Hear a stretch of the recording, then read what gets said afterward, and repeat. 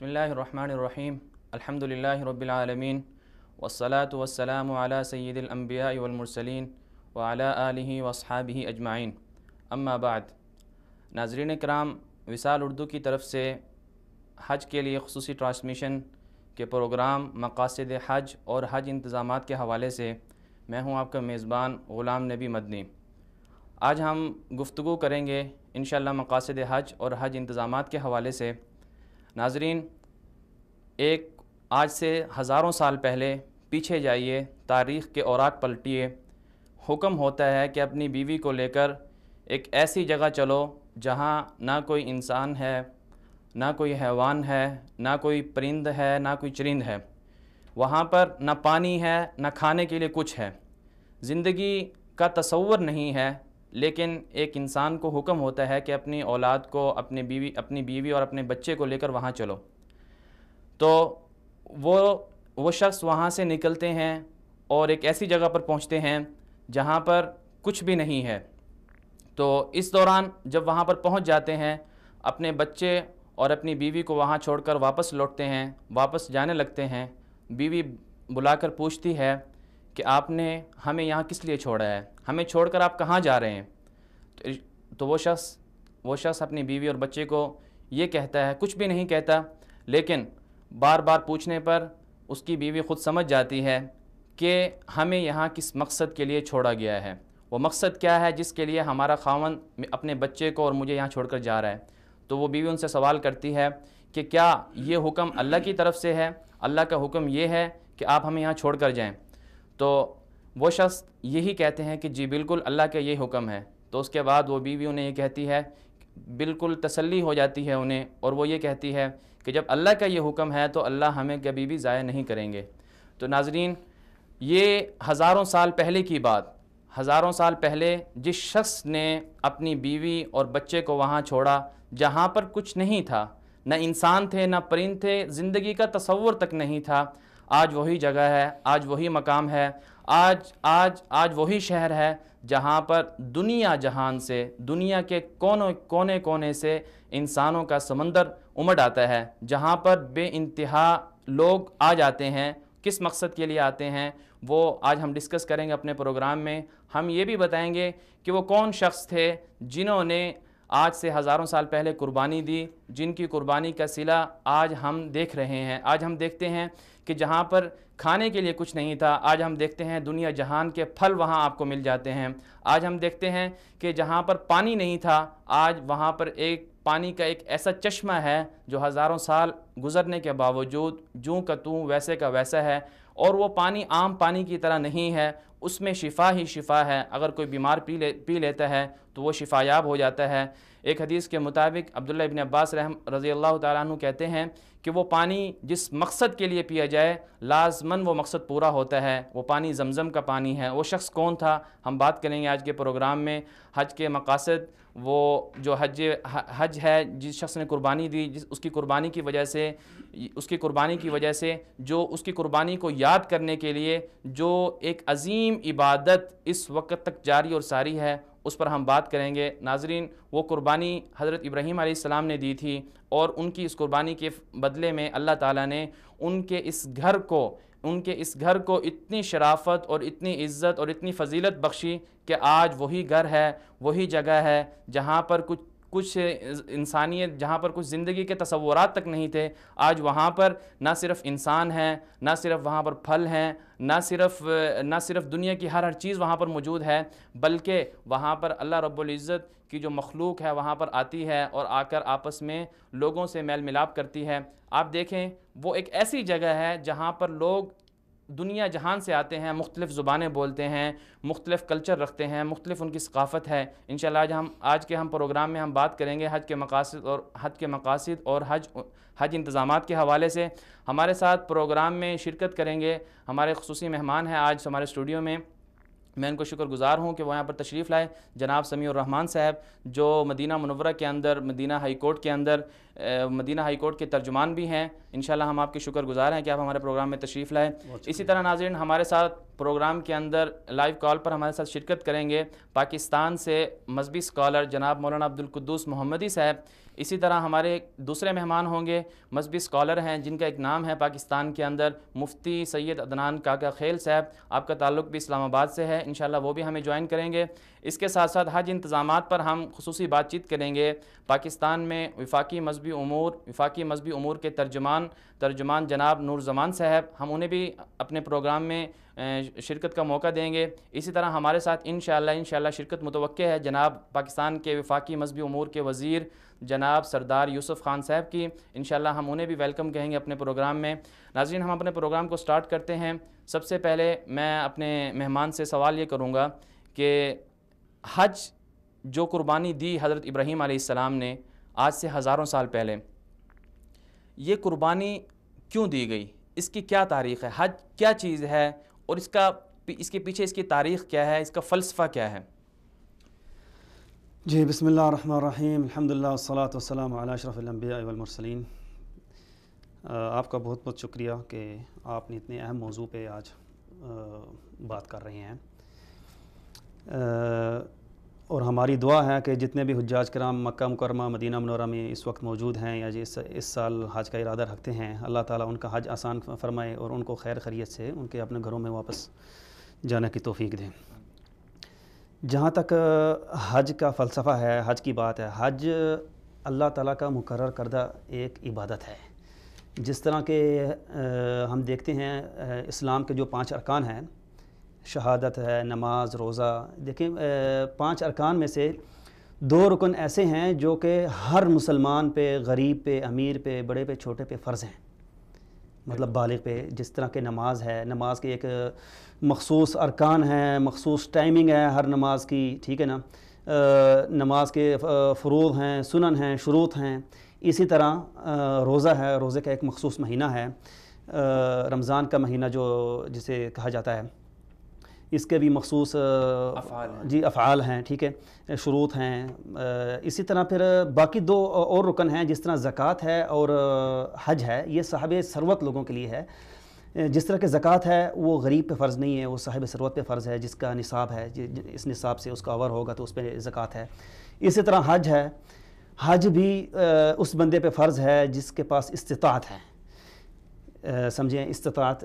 یہ جس سے مطلب کیا ہے؟ استطاعت سے کیا مراد ہے؟ استطاعت سے مراد یہ ہے کہ آپ کے پاس اتنی گنجائش ہو کہ آپ یہاں اپنا درمیانہ روی میں آپ یہاں اپنا قیام حج عمرے کی سفر میں حج کے سفر میں آپ جو ہے اپنا کر لیں، اور پیچھے آپ کے گھر والے بھی ہیں، آپ ان کے پاس بھی اتنا مال چھوڑ دیں کہ ان کی زندگی جو ہے آسانی سے بسر ہو سکے۔ جی، یہ ہے حج کا جو ہے۔ باقی جہاں تک حج کی تاریخ کی بات ہے تو یہ آدم علیہ السلام سے حج جو ہے اس کا سلسلہ جاری ہوا تھا، اگرچہ اس کی کوئی مستند کوئی دلیل ہمیں نہیں ملتی، لیکن جیسے آدم علیہ السلام نے، جیسے کہ یہ تاریخی حوالہ جات بھی ہیں کہ آدم علیہ السلام ہی وہ واحد پیغمبر ہیں جنہوں نے بیت اللہ کی تعمیر کی، تو ظاہری بات ہے جب بیت اللہ کی تعمیر حضرت آدم علیہ السلام نے کی ہے تو اس سے ہم یہ سمجھ سکتے ہیں کہ اس زمانے میں بھی بیت اللہ کی خاص عبادت کا کوئی خاص مخصوص طریقہ ہوگا۔ جی، اس میں شک نہیں ہے، کیونکہ ہر انبیاء اور رسول کوئی نہ کوئی پیغام لے کے ہیں۔ یہ ان کا پیغام تو سب انبیاء کا ایک ہی تھا، ان اعبدوا اللہ واجتنبوا الطاغوت، ان کی عبادات بھی ہیں، سب کچھ ہے۔ اس کی نشاندہی ہمیں اصل ملتی ہے حضرت ابراہیم علیہ السلام کے، اللہ تعالیٰ جی اس سورۃ الحج میں آتا ہے وَإِذْ بَوَّأْنَا لِإِبْرَاهِيمَ مَكَانَ الْبَيْتِ، وَإِذْ بَوَّأْنَا لِإِبْرَاهِيمَ مَكَانَ الْبَيْتِ، کہ ہم نے ابراہیم علیہ السلام کو کعبہ کی جگہ کی نشاندہی کی۔ یہاں سے یہ معلوم ہوتا ہے کہ کعبہ موجود تھا۔ جی بالکل، جی اس کی اور دوسری آیت میں سورۃ بقرہ میں آتا ہے وَإِذْ يَرْفَعُ إِبْرَاهِيمُ الْقَوَاعِدَ مِنَ الْبَيْتِ وَإِسْمَاعِيلُ رَبَّنَا تَقَبَّلْ مِنَّا، کہ وہ حضرت ابراہیم علیہ السلام نے جب کعبہ تعمیر کیا تھا تو بنیادیں تو آلریڈی اس کی موجود تھی، جی انہوں نے کعبہ اٹھایا۔ اگر آپ جو حضرات مکہ مکرمہ کی زیارت مطلب باریک بینی سے جو جنہوں نے کی ہے، وہاں سے معلوم یہ ہوتا ہے کہ جغرافیائی سسٹم جو ہے مکہ مکرمہ کا، اگر آپ دیکھیں کہ کعبۃ اللہ کے ارد گرد جو ہے سب پہاڑ ہیں، طائف کے پہاڑ ہیں، مکہ کے پہاڑ ہیں، ٹھیک ہے نا۔ تو مکہ طائف سے جو اگر بارشوں کا جب سلسلہ آتا ہے، سیلابوں کا، تو سیل کی طرف ادھر سے معلّہ جو مکہ کی اونچلا حصہ ہے جدھر ابھی قبرستان بھی ہے مکہ کا جنت المعلّہ جو ہے، تو معلّہ کی طرف سے جب آتا ہے سیلاب تو بیت اللہ سے گزر کر، کیونکہ ایک جیسی حضرت ابراہیم علیہ السلام نے بھی نشاندہی یہی کی تھی کہ انی اسکنت من ذریتی بواد غیر ذی، ایک وادی تھی اور بے ابان وادی تھی، تو یہاں سے جب پانی گزرتا ہے معلّہ سے براستہ بیت اللہ مسفلہ کی طرف، تو ظاہر ہے سینکڑوں سال تھے آدم علیہ السلام اور ابراہیم علیہ السلام کے درمیان، تو سیلابوں سے جو ہے نا وہ بیت اللہ کا جو عمارت تھی وہ دبتی گئی، جی وہ دبتی گئی جب تک کہ وہ زمین کے برابر ہو گئی. بالکل. تو پھر اس کے بعد اللہ تعالیٰ نے نشاندہی کی وَإِذْ بَوَّأْنَا لِإِبْرَاہِیمَ مَكَانَ الْبَیْتِ کہ یہاں سے جو ہے نا بنیادیں اٹھائیں. یعنی سب سے پہلے جو کعبہ کی جو تعمیر ہوئی وہ حضرت آدم علیہ السلام کے دور میں ہوئی. پھر اسی طرح زمانہ گزرتا گیا، حضرت نوح علیہ السلام کا زمانہ آتا ہے، تو حضرت نوح علیہ السلام بھی کے زمانے میں بھی بیت اللہ تھا، اور جیسا کہ تاریخی حوالہ جات میں ہمیں ملتا ہے کہ حضرت نوح علیہ السلام کے زمانے میں جو سیلاب آیا تھا اس سے کعبہ متاثر ہوا تھا. پھر بعد میں حضرت ابراہیم علیہ السلام کا زمانہ آتا ہے تو اس زمانے میں بھی بیت اللہ نہیں تھا، تو پھر بیت اللہ کی نشاندہی اللہ رب العزت نے خود کی. جی اللہ تعالیٰ نے خود کی. تو حضرت ابراہیم علیہ السلام نے اپنے بیٹے اسماعیل علیہ السلام کے ساتھ مل کر بیت اللہ کو بنایا. جی بیت اللہ کو تعمیر کیا تھا، اور ادھر ہی پھر جب تعمیر ہو گیا پھر اللہ تعالیٰ نے اللہ تعالیٰ کا معذرت ہمارے ساتھ مولانا عبدالقدوس صاحب لائن پر موجود ہیں، ہم ان سے سوال کریں گے. السلام علیکم. وعلیکم السلام ورحمۃ اللہ. جی مولانا صاحب کیا حال ہیں آپ کے؟ اللہ کی رحمت ہے، آپ خیریت سے ہیں؟ جی اللہ کا شکر ہے. مولانا صاحب آج ہم بات کر رہے ہیں مقاصد حج اور حج انتظامات کے حوالے سے، تو اس حوالے سے میں آپ سے پہلا سوال یہ کرنا چاہوں گا کہ حج کا فلسفہ کیا ہے، اور حج کے مقاصد اور حج سے ہمیں کیا اسباق ملتے ہیں؟ بسم اللہ الرحمن الرحیم. سب سے پہلے تو میں وصال اردو کی پوری ٹیم کو خراج تحسین پیش کرنا چاہوں گا کہ حج کے حوالے سے، قربانی کے حوالے سے اور امت مسلمہ کے اس عام ترین فریضہ کی ادائیگی کے موقع پر وصال اردو نے جو خصوصی نشریات کا اہتمام کیا، اور جس خوبصورتی کے ساتھ، جس جامعیت کے ساتھ اور جس علمی طور پر تیاری کا اہتمام کر کے نشریات کا سلسلہ شروع کیا گیا، میں سمجھتا ہوں کہ یہ ہمارے ہاں ٹی وی چینلز کی جو دنیا ہے، ابلاغ کی دنیا ہے، اس میں ایک بڑی منفرد کاوش ہے جس پر ہم خراج تحسین پیش کرنا چاہیں گے. اور اللہ رب العزت سے دعا گو ہیں کہ اللہ تعالیٰ وصال اردو کی پوری ٹیم کو ان خدمات پر اپنی شان کے مطابق اجر عطا فرمائیں. اور اس کے بعد آپ کے سوال کی طرف آتے ہیں. دراصل حج کا جو بنیادی فلسفہ ہے وہ اللہ رب العزت کے حکم کی تعمیل ہے. آپ دیکھیں کہ حجاج کرام دنیا بھر سے تشریف لاتے ہیں، بیت اللہ شریف میں، مکہ مکرمہ میں حاضر ہوتے ہیں. وہاں مکہ مکرمہ ہے، حرم شریف کی 1,00,000 نمازیں ہیں، حجر اسود ہے، صفا مروہ ہے، مقام ابراہیم ہے، ملتزم ہے، اور اسی طرح بہت ساری ایسی خصوصیات ہیں کہ جن کی وجہ سے دنیا بھر سے لوگ وہاں تشریف لاتے ہیں. آج کے جب دن آتے ہیں تو اللہ رب العزت کی طرف سے امر آتا ہے کہ اب مکہ کو چھوڑنا ہے، میرے گھر سے باہر نکلنا ہے، یہاں کی نمازیں چھوڑنی ہیں، یہاں کے حجر اسود کے بوسے چھوڑنے ہیں، صفا مروہ کے چکر چھوڑنے ہیں، بیت اللہ شریف کا طواف چھوڑنا ہے، اور سب نے مینا جانا ہے، عرفات جانا ہے، مزدلفہ جانا ہے. اب آپ دیکھیں کہ انسان کی عقل یہ کہتی ہے کہ ہمیں تو بیت اللہ شریف آنا چاہیے، انسان کی خواہش اور دل یہ چاہتا ہے کہ ہمیں مکہ مکرمہ اور بیت اللہ میں موجود ہونا چاہیے، لیکن اللہ کا امر یہ کہتا ہے کہ تمہیں بیت اللہ شریف چھوڑنا پڑے گا. تو اللہ رب العزت کا جو امر ہے وہ متحد ہے، اور انسان کی عقل، اس کی خواہشات، اس کی جو ضروریات ہیں، یہ ساری پس منظر میں چلی جاتی ہیں. یہ سب سے بڑا اس کا مقصد اور فلسفہ ہے کہ ایمان والے ہر وقت اپنے رب کے حکم کو، اپنے رب کے امر کو مقدم رکھیں، اور اس کے راستے میں اپنی عقل کو، اپنی خواہشات کو، اپنی ضروریات کو، اپنے دلی رجحان کو، کسی چیز کو بھی آڑے نہ آنے دیں. دوسری بات جو معلوم ہوتی ہے وہ یہ کہ دنیا بھر سے اہل اسلام کو بلا کر ایک جگہ جمع کرنا، اور تمام رنگ و نسل کے لوگ، ہر طبقے سے تعلق رکھنے والے لوگ، ہر علاقے سے تعلق رکھنے والے لوگ وہ سارے جمع ہوتے ہیں، ایک دوسرے سے ملاقاتیں ہوتی ہیں، ایک دوسرے کے حال احوال معلوم ہوتے ہیں، دکھ درد کا تبادلہ ہوتا ہے، اور مسلمانوں اور امت مسلمہ کی اسلام کی شان و شوکت کا اظہار ہوتا ہے۔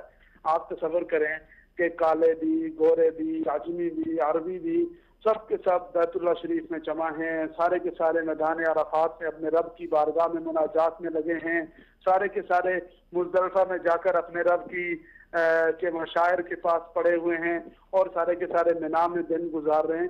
یہ دراصل اسلام اور مسلمانوں کی شان و شوکت کا اظہار ہے۔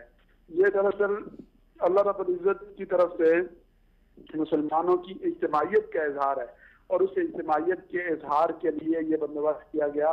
اور آپ دیکھتے ہیں کہ دنیا بھر میں جہاں کے مسلمان ہوں، حج کے موقع پر وہ ٹی وی پر دیکھ رہے ہوں، وہ اخبارات میں دیکھ رہے ہوں، تصاویر ان کے سامنے آئیں، ان کے پاس اطلاعات آئیں، تو انسان کا سر فخر سے بلند ہو جاتا ہے، آدمی کا مورال بہت ہائی ہوتا ہے کہ اللہ رب العزت نے ہمیں ایک اتنی عظیم امت میں پیدا فرمایا کہ جس امت کو اللہ نے ایسی شان و شوکت عطا فرمائی۔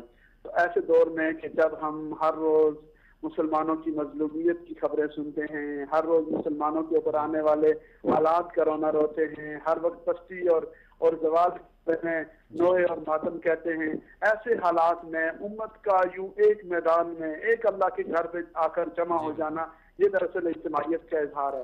اور سب سے بڑا جو حج کا پیغام مولانا صاحب، جو جیسا کہ آپ نے کہا کہ یہ حج جو ہے ایک اجتماعیت کو ظاہر کرتا ہے، تو کیا وجہ ہے کہ ہم دیکھتے ہیں کہ مسلمان حج کے موقع پر جب سال کا اختتام ہوتا ہے اسلامی سال کا، اس وقت اجتماعیت کا اظہار کرتے ہیں، دنیا جہان سے لوگ آ جاتے ہیں، مل کر یہ کہتے ہیں کہ ہم سب ایک ہیں، ہمیں جس چیز نے متحد کیا ہے وہ کلمہ طیبہ ہے، ہم جس وجہ سے یہاں پر آئے ہیں وہ رسول اکرم صلی اللہ علیہ وسلم کا اسوہ حسنہ ہے، آپ کی تعلیمات ہیں، آپ ہی کی وجہ سے ہم یہاں پر جمع ہوئے ہیں۔ تو جب حج ایک اسلامی سال کے اختتام پر وہ متحد ہو جاتے ہیں، تو پھر آخر کیا وجہ ہے جب وہ اپنے اپنے ملکوں میں لوٹتے ہیں، پھر وہ سازشوں کا شکار ہو جاتے ہیں، پھر وہ ان کے اندر سے جو اجتماعیت ہے پھر وہ اپنے اپنے مسلک کی طرف لوٹ جاتی ہے؟ تو اس کے پیچھے اس کا ازالہ ہم کیسے کر سکتے ہیں؟ لیکن اس میں اصل چیز تو ہے کہ ہم شعور اجاگر کریں، ہم لوگوں کو یہ بتائیں کہ حق کا راستہ کیا ہے اور اللہ رب العزت کی منشا کیا ہے۔ اور رسول اللہ صلی اللہ علیہ وسلم نے اس فرقہ واریت سے، تشدد اور افتراق کے بارے میں خبردار فرمایا، اور فرمایا کہ بنی اسرائیل 72 فرقوں میں بٹ گئے تھے، میری امت 73 فرقوں میں بٹ جائے گی، اور وہ سب کے سب جہنم میں جائیں گے، ان میں سے ایک جنت میں جائے گا، وہ ما انا علیہ واصحابی۔ تو اللہ کے نبی صلی اللہ علیہ وسلم نے معیار قائم فرما دیا کہ جو میرا راستہ ہے اور میرے صحابہ کا راستہ ہے یہ مین سٹریم ہے، یہ جنت کی طرف جانے والا راستہ ہے، یہ صراط مستقیم ہے۔ تو اس حج کے موقع پر جیسے امت کو پیغام ملتا ہے، اس پیغام کو تمام علماء کرام کو، دینی قائدین کو، اسی طرح ذرائع ابلاغ کے لوگوں کو، درد دل رکھنے والوں کو زیادہ سے زیادہ ہائی لائٹ کرنے کی ضرورت ہے، اسے نمایاں کرنے کی ضرورت ہے، اس پر شعور اجاگر کرنے کی ضرورت ہے۔ ظاہر ہے کہ دشمن تو اپنی سازش کرے گا، وہ کبھی اپنے ہرکاروں کو، اپنے ایجنٹوں کو، اپنے مقاصد کی تکمیل کرنے والوں کو اسلام کا چوغا اور لبادہ پہنا کر وہ ہماری صفوں میں داخل کرے گا۔ کبھی ایسا ہوگا کہ وہ مجوس کو، کبھی عبداللہ بن سبا کی اولاد کو، کبھی اور مختلف لوگوں کو وہ ہماری صفوں میں داخل کرے گا۔ دشمن کا تو طریقہ واردات ہمیشہ سے یہ رہا ہے، وہ صرف آج نہیں ہے، وہ رسول اللہ صلی اللہ علیہ وسلم کی آمد سے پہلے نصرانیت میں بھی یہی ہوا، اور پھر رسول اللہ صلی اللہ علیہ وسلم کی بعثت کے بعد اس امت میں بھی ایسے ہی ہوا۔ تو دشمن کا کام تو سازشیں اور شرارتیں کرنا ہے ہی، ہمیں ان سازشوں کا اور شرارتوں کا رونا نہیں رونا چاہیے، ہمیں اپنا کردار ادا کرنا چاہیے، ہمیں پیغام دینا چاہیے، ہمیں شعور اجاگر کرنا چاہیے۔ ٹھیک ہے مولانا صاحب، میرا ایک اور سوال آپ سے یہ ہے کہ مسلمانوں کو کس نیت سے حج پر جانا چاہیے؟ ہم دیکھتے ہیں پاکستان کے اندر ایسا ہوتا ہے کہ بہت سے لوگ جن پر حج فرض ہوتا ہے وہ حج پہ نہیں جاتے، وہ یہ کہتے ہیں کہ پہلے ہمارے بہنیں جوان ہیں، ہمارے بچے جوان ہیں، ان کی شادیاں کریں گے پھر جائیں گے۔ تو آپ کیا سمجھتے ہیں ان کو کیا نصیحت کرنی چاہیے، ان کو کیا پیغام دینا چاہیے کہ حج فرض ہے، اللہ کی عبادت ہے، اس کو وہ کریں؟ لیکن یہ تو میں سمجھتا ہوں کہ ایک بہانہ ہے، اور ہم نے یہ دیکھا کہ یہ اللہ رب العزت کی توفیق سے ہوتا ہے۔ جن لوگوں کو اللہ رب العزت نے توفیق دی ہے اور وہ ان پر حج فرض ہے، وہ حج کی ادائیگی کا اہتمام کرتے ہیں، نماز ادا کرتے ہیں، زکوٰۃ کی ادائیگی بھی وہ کرتے ہیں، اور دیگر کام بھی وہ سر انجام دیتے ہیں۔ تو اگر خدا نخواستہ دل میں کھوٹ ہے یا آدمی جان جو چھڑانا چاہتا ہے تو پھر وہ اس طرح کے آزار کرتا ہے. یہ کس نے کہا کہ آپ بہنوں بیٹیوں کی شادیوں پہ لاکھوں روپے خرچ کریں اور رسوم و رواج میں پڑیں اور اسراف اور فضول خرچی کا شکار ہوں؟ تو ہم نے وہی بات جو میں نے پہلے عرض کی ہے کہ بنیادی چیز اللہ کی رضا ہے, بنیادی چیز اللہ کا امر ہے. آج ہمارے رواج اور ہمارے رسوم اور ہماری خواہشات اور ہماری ضروریات اور ہماری یہ ساری پیچیدگیاں ہم نے ان کو مقدم کر دیا اور شریعت کو ہم نے بالکل پس پش ڈال دیا. اگر ہماری ترجیحات تبدیل ہو جائیں گی اور ان ترجیحات میں سر فہرست اللہ رب العزت کے احکامات آ جائیں گے تو پھر اس طرح کی عذر تراشیاں اور اس طرح کی بہانے بازیاں وہ نہیں رہیں گی. تو میں یہ سمجھتا ہوں کہ اس پر علماء کرام کو چاہیے کہ وہ اہتمام سے لوگوں کو یہ بات سمجھائیں کہ جس طرح نماز فرض ہے اسی طرح جن ایمان والوں کو اللہ نے گنجائش اور استطاعت دی ہے انہیں ان کے ذمہ حج بھی فرض ہے. اور پھر ایک اور المیہ جس کا ہمارے ہاں ہم شکار ہیں کہ بوڑھے ہو کر اپنے والدین کو بھیجا جاتا ہے, دھکا دے دیا جاتا ہے کہ جی آپ جائیں, اور جب وہ ان کی عمر بالکل ایسی ہوتی ہے, صحت ایسی نہیں ہوتی کہ وہ حج کے اعمال سر انجام دے سکیں. تو ہمت کرنی چاہیے. جی بالکل ہمت کرنی چاہیے. علماء کرام کو علماء کرام کو اس کے لیے ان کو دعوت دینی چاہیے. مولانا عبدالقدوس صاحب آپ کا بہت شکریہ, آپ نے ہمیں ٹائم دیا, بہت شکریہ. جی ہمارے ساتھ سمیع صاحب ہمارے ساتھ بات کر رہے تھے, مولانا عبدالقدوس صاحب, انہوں نے بہت اچھی بات کی حج کے مقاصد کے اوپر. تو آپ کیا سمجھتے ہیں حج کا مقصد بنیادی کیا ہے؟ حج سے ہمیں کون کون سے مقاصد حاصل ہوتے ہیں؟ جی حج سے جو سب سے بڑا جو مقصد ہے ایک تو اللہ تعالیٰ کی جو وحدانیت ہے تو توحید ہے. اللہ تعالیٰ کی وحدانیت کا اظہار ذریعہ ہے. حج کے ذریعے وحدت امت کا پیغام ہے, باہمی اتفاق, اخوت. آپ دیکھتے ہیں کہ پوری دنیا سے جب لوگ ایک ہی میدان میں جمع ہوتے ہیں, ان میں وزیر بھی ہے, ان میں ایک سبزی فروش بھی ہے, چھوٹا عام سا مزدور بھی ہے, سب ایک ہی لباس میں ہیں, ایک ہی میدان میں ہیں. اکثر تو اس طرح ہوا کرتا ہے کہ ایک ہی خیمے میں اور ایک ساتھ ساتھ بیٹھے ہوئے ہیں, آپ پہچان نہیں سکتے کہ یہ وزیر ہے اور محمود و ایاز کھڑے ہو گئے ایک ہی صف میں. جی بالکل اس کا عملی اظہار ہمیں اس کا جی. اس کے علاوہ دیکھیں ہاں حج سے ہمیں یہ بھی سبق ملتا ہے کہ عزت اور ذلت کا جو معیار ہے وہ تقویٰ ہے. جی عزت اور ذلت کو جو ہے نا دنیاوی کسی عہدوں پہ نہیں ہے, کسی اس پہ نہیں ہے. آپ نے یہ بات کی کہ حج کا جو جیسے کہ ہمیں اللہ تعالیٰ نے خود قرآن پاک میں کہا ہے کہ وَأَذِّن فِي النَّاسِ بِالْحَجِّ يَأْتُوكَ رِجَالٌ وَعَلَىٰ كُلِّ ضَامِرٍ يَأْتِينَ مِنْ كُلِّ فَجٍّ عَمِيقٍ, کہ حضرت ابراہیم علیہ السلام کو یہ پیغام دیا کہ آپ لوگوں میں حج کی اعلان کر دیں. جی تو حضرت ابراہیم علیہ السلام نے جب اپنے بچوں کو وہاں چھوڑا تو حضرت ابراہیم علیہ السلام بھی یہی کہہ رہے تھے اللہ سے, جب وہاں سے واپس جانے لگے تو یہی دعا کر رہے تھے اور کہ ربنا انی اسکنت من ذریتی بواد غیر ذی زرع عند بیتک المحرم. تو اس کے بعد انہوں نے یہ کہا کہ میں نے اپنے آل اولاد کو اس لیے یہاں چھوڑا کہ تاکہ وہ جو ہیں وہ نماز قائم کریں. اور قرآن پاک کے اندر دوسری جگہ میں یہ آتا ہے کہ حج جو ہے یہ سارا کا سارا جو ہے حج کی عبادت ہے, اس میں اللہ کا ذکر ہوتا ہے. تو جیسے کہ آپ نے ابھی کہا کہ حج کا بنیادی مقصد یہ ہوتا ہے کہ اللہ کی توحید کا اقرار ہو کہ اللہ ہی ہمارے معبود ہیں, دوسری چیزوں سے ہم دور ہو جائیں. تو آخر کیا وجہ ہے کہ ہم دیکھتے ہیں کہ جب لوگ بہت سے لوگ ایسے آتے ہیں کہ یہاں حج کرنے کے باوجود بھی اپنے اپنے ملکوں میں جاتے ہیں, انہی بدعات کی طرف پھر لوٹ جاتے ہیں. تو اس سے ہمیں کیسے مطلب ان کو کرنا چاہیے, ان کو علماء کرام کو ان کو دعوت دینی چاہیے؟ جی یہ تو علماء کرام کا دور یہاں شروع ہوتا ہے کہ انسان جب حج کرتا ہے تو آپ صلی اللہ علیہ وسلم نے جب حج کیا تھا تو آپ صلی اللہ علیہ وسلم نے کیا فرمایا تھا, خذوا عنی مناسککم. جی تو یہاں سے یہ ہوتا ہے کہ انسان کو جب کسی چیز کا پتہ نہیں ہے تو وہ علماء سے رابطہ رہے, علماء سے جو رابطہ ہے وہ منقطع نہ رکھے. ہمارے ہاں کیا ہوتا ہے اکثر کہ حج کے لیے جب آتے ہیں تو ماشاءاللہ علماء کے پاس اتنے فتوے اور مسائل آنے اور فتاویٰ پوچھ رہے ہوتے ہیں, لیکن جب یہاں سے واپس لوٹتے ہیں تو بس وہ ٹھیک ہے جی ہم نے تو عبادت کر لی. اور یہ علماء کے ساتھ رابطہ جو ہے یہ مسلسل چلنا چاہیے, یہ منقطع نہیں ہونا چاہیے, اس سے پھر فتنے بھی پیدا ہوتے ہیں. سمیع صاحب میں آپ کی بات کر رہا ہوں, مجھے یہ بتائیے کہ آپ صلی اللہ علیہ وسلم کے دور سے پہلے بھی حج کیا جاتا تھا, تو جیسے کہ مشرکین جو تھے وہ اپنی اپنی رسومات کے اعتبار سے حج کرتے رہے ہیں, تو اس حوالے سے آپ کیا کہتے ہیں کہ رسول پاک صلی اللہ علیہ وسلم نے جب 9 ہجری کے اندر حج فرض ہوا تو آپ صلی اللہ علیہ وسلم نے 10 ہجری میں جا کے حج کیا, تو جو آپ صلی اللہ علیہ وسلم نے حج کیا ہے اس میں آپ نے امت کو کیا تعلیمات دی ہیں, امت کو کیا سکھایا ہے؟ دیکھیں حج جو ہے یہ 9 ہجری میں جب فرض ہوا تو آپ صلی اللہ علیہ وسلم نے تو آئندہ سال میں حج کیا تھا. تو آپ کا سوال ابھی خطبۃ الوداع کے مطلب جی میں یہ کہہ رہا ہوں جی آپ صلی اللہ علیہ وسلم نے خطبہ حجۃ الوداع بھی اسی دوران ارشاد فرمایا, اس پر مطلب کچھ روشنی ڈالیے کہ مطلب آپ صلی اللہ علیہ وسلم نے کیا لوگوں کو ارشادات دیے.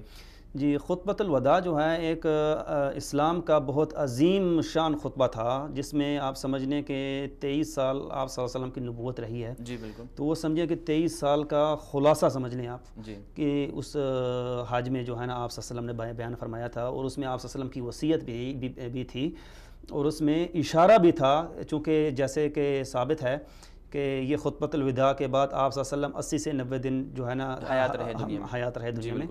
تو اس میں آپ صلی اللہ علیہ وسلم نے بہت مطلب توجہ سے اور وصایا مسلمانوں کو, چونکہ 1 لاکھ سے زیادہ مجمع تھا, تو آپ صلی اللہ علیہ وسلم نے تو بہت جو ہے نا وہ خلاصہ بیان کیا جی, اور مطلب فرمایا اس میں فلعلی لا القاکم, تک ان کا توجہ بھی حاصل ہے, فلعلی لا القاکم بعد عامی ھذا, ہو سکتا ہے کہ میں آئندہ سال آپ کو نہ ملوں.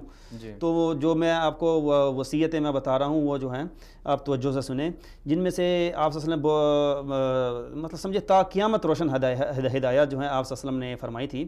جن میں سے ایک بنیادی طور پر آپ صلی اللہ علیہ وسلم نے یہ بھی ہدایت کی کہ دہشت گردی کے حوالے سے, شدت پسندی کے حوالے سے بھی اس خطبے میں ہمیں ہدایت ملتی ہے. جو آج ہمارے دیکھ لیں ہمارے ملکوں میں بلکہ پوری دنیا میں دیکھ لیں, آج مسلمان کے خون کا پیاسا ہوا ہے. ایک فرقہ واریت کے نام پہ, ایک مختلف اپنے مفادات اور خواہشات پہ.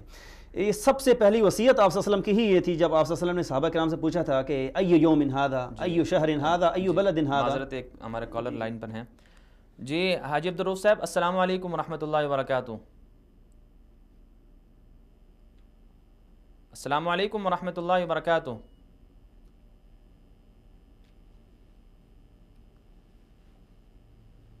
السلام علیکم ورحمۃ اللہ وبرکاتہ.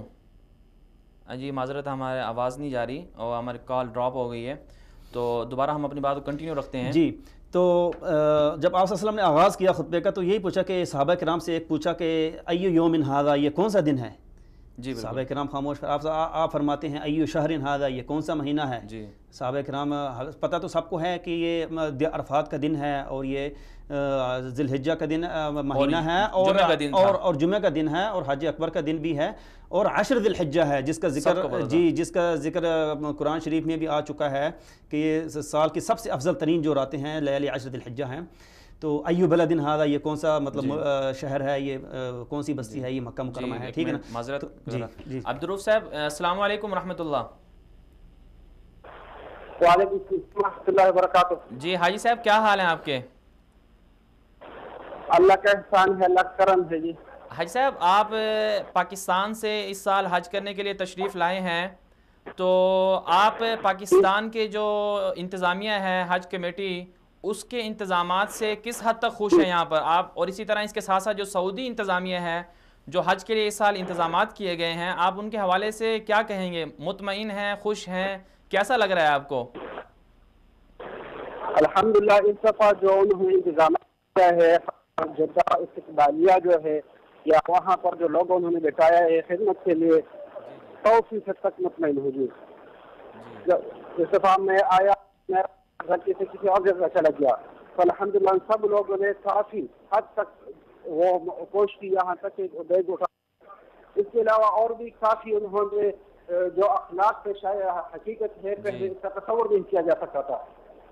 اور اسی طرح جو سعودی حکومت ہے تو وہ تو حقیقت ہے کہ حد درجے وہ حجاج کی خدمت اور ان کے لیے سہولیات کرنے کے لیے ہمتن کوشش کر رہے ہیں. جی حاج صاحب یہ بتائیے گا کہ آپ مکہ مکرمہ میں غالباً اس وقت ہیں, تو وہاں پر تو بہت زیادہ رش ہوتا ہے, دنیا جہان کے حجاج غالباً اب تک جو ہے 10 لاکھ کے قریب حجاج پہنچ چکے ہیں سعودی عرب کے اندر. تو آپ کیا سمجھتے ہیں اتنے بڑے رش کے اندر آپ کو کچھ مسائل درپیش نہیں ہوتے؟ انتظامات اچھے ہیں, بھگدڑ کا تو انتظام نہیں ہوتا, مطلب آسانی سے چلے جاتے ہیں آپ؟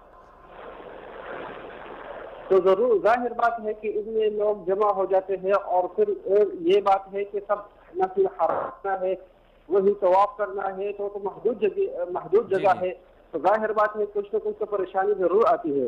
اور شاید یہی وجہ ہے کہ جب ہم حج کے لیے نیت کرتے ہیں تو اللہ سے مدد بھی ہیں اور اس کی آسانی سے بھی دعا کر لیتے ہیں۔ جی، اور پاکستان سے جب آپ آئے ہیں، آپ نے غالباً پہلے بھی حج کیے ہوں گے، تو اس سال پاکستان کے جو حج کمیشن ہے اس کی طرف سے آپ کو اچھے انتظامات ملے ہیں؟ بہت اچھے انتظامات ملے ہیں، خاص کر وہاں پر جنہوں لوگوں نے بتایا ہے تاکہ اخلاق کے ساتھ اور انتہائی سنجیدگی کے ساتھ اثر دے رہے ہیں۔ رہائش وغیرہ کے حوالے سے آپ کیا کہیں گے؟ رہائش اس دفعہ آپ کو قریب قریب ملی ہے حرم سے، کوئی مسائل تو نہیں درپیش آ رہے؟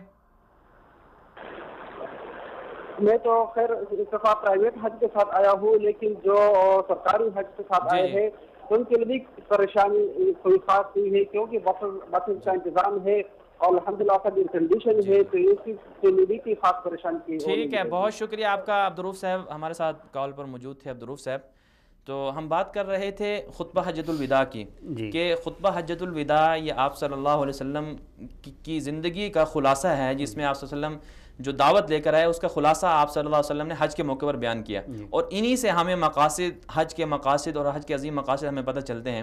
ہم بات کر رہے تھے کہ اس وقت پاکستان کے اندر اور دنیا کے اندر تعصب اور شدت پسندی اور دہشت گردی چل رہی ہے، ایک دوسرے کے ہم خون کے پیاسے ہو گئے ہیں، تو آپ کیا سمجھتے ہیں کہ آپ صلی اللہ علیہ وسلم نے ہمیں کیا تعلیمات دیں اس موقع پر؟ آپ علیہ الصلوۃ والسلام نے یہ خطبے کا، یہ عظیم شان خطبے کا آغاز بھی یہاں سے کیا تھا کہ ان دماءکم، جب فرمایا کہ ایو یوم ھذا ایو شہر ھذا ایو بلد ھذا، تو آپ نے فرمایا ان دماءکم واموالکم واعراضکم حرام علیکم کحرمۃ یومکم ھذا فی شہرکم ھذا فی بلدکم ھذا۔ آپ کے خون، آپ کی مال، آپ کے جو عزت و ناموس، آپ ایک دوسرے پہ اتنے حرام ہیں جتنا کہ اس شہر کی حرمت ہے، اس دن کی حرمت ہے، اس بلد کی حرمت ہے۔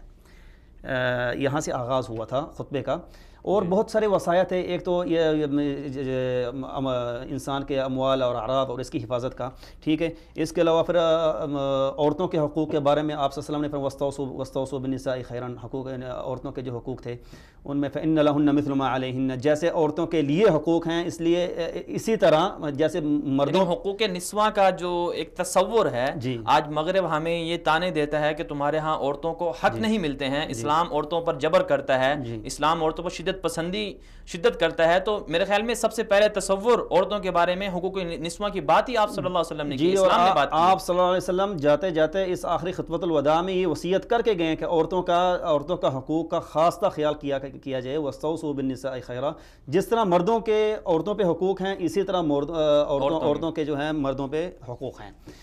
تو اس میں تو کوئی شک نہیں ہے کہ اسلام نے تو الحمدللہ حقوق جو عورتوں کے ہیں وہ تو بالکل محفوظ ہیں، اگرچہ کوئی جیسے مفتی صاحب فرما رہے تھے کہ تنقید کرنے والے کا کام تو یہ ہے کہ بس وہ کیڑے ہی نکالنے ہیں، تنقید ہی کرنی ہے چاہے کچھ بھی ہو، ایک بات۔ اس کے علاوہ غلاموں کے حقوق کے بارے میں آپ خادموں کے، آج کے ملازم ہیں جو ملازم ہیں، ان کے حقوق کے بھی آپ صلی اللہ علیہ وسلم نے بھرپور جو ہے نا اشباع کیا تھا خطبہ میں۔ آپ صلی اللہ علیہ وسلم بہت سارے وصایت ہیں، اس کے لیے تو بہت سارے جلسات چاہیے، یہ تو بہت عظیم شان خطبہ ہے، اس کے لیے تو مجلدات مطلب اسی طرح اس خطبے کے اندر اگر دیکھا جائے تو آپ صلی اللہ علیہ وسلم نے یہ بھی بیان کیا کہ وہ جو فرق ہے مسلمانوں کے درمیان میں جو اخوت اور اتحاد کی بات ہے وہ بھی آپ صلی اللہ علیہ وسلم نے فرمائی۔ آپ صلی اللہ علیہ وسلم نے فرمایا کہ کسی عربی کو کسی اجمی پر اور اجمی کو عربی پر فوقیت نہیں ہے۔ جی، یہاں یہ مساوات بالکل مساوات ہوگی ہے کہ عرب کا عجم پہ مطلب کوئی افضلیت، ایک معیار بنا دیا کہ معیار افضلیت کا تقوی ہے،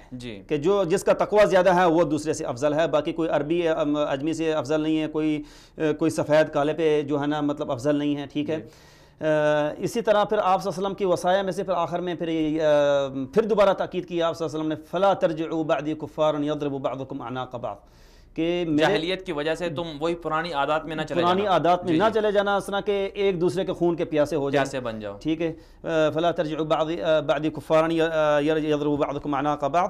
پھر آپ صلی اللہ علیہ وسلم نے، لیکن افسوس کہ آج جو ہے ہمارے معاشرے کے اندر جو ہے وہی بدعات اور وہی خرافات آ گئیں، اور ہم نے جو آپ صلی اللہ علیہ وسلم نے یہ بھی وصیت کی تھی خطبے کے اندر ارشاد فرمایا تھا کہ میں اپنے بعد تمہارے درمیان دو چیزیں چھوڑ کے جا رہا ہوں۔ آپ صلی اللہ علیہ وسلم نے واضح ارشاد فرمایا تھا کہ قرآن اور سنت ان دونوں کو مضبوطی سے تھامے رکھنا، تم کبھی پریشان نہیں ہوگے۔ لیکن آج اگر ہم دیکھیں تو آج امت کے اندر جو اتحاد جو ان کا پارا پارا ہو گیا اور جو اختلافات در آئے، اور اس کے ساتھ ساتھ جو ہم ایک دوسرے سے نفرتیں کرنے لگ گئے، وہ میں سمجھتا ہوں کہ ہم نے آپ صلی اللہ علیہ وسلم کی جو وصیت تھی، آپ صلی اللہ علیہ وسلم کی جو اشاعت، اس کو چھوڑ دیا کتاب و سنت ہم نے اتنی وہی آپ صلی اللہ علیہ وسلم کی جو وصیت ہے اس پہ توجہ کرنی چھوڑ دی ہے، حالانکہ آپ صلی اللہ علیہ وسلم نے اتنی اہتمام سے یہ خطبہ جہاں تک روایات میں موجود ہے، مصنفین نے بھی لکھا ہے کہ آپ صلی اللہ علیہ وسلم بار بار ایک ایک لفظ کو تین تین دفعہ دہراتے تھے،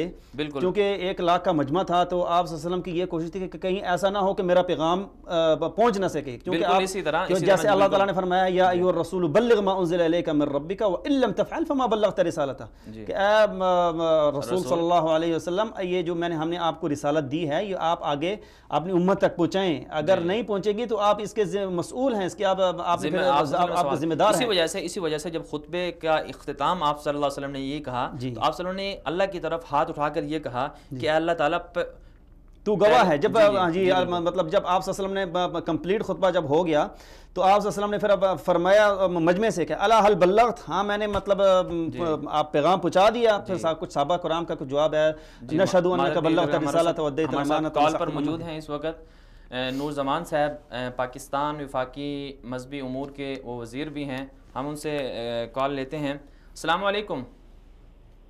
وعلیکم السلام۔ جی نور زمان صاحب، آپ کا بہت شکریہ، آپ نے ہمیں جوائن کیا، آپ کے ہم مشکور ہیں۔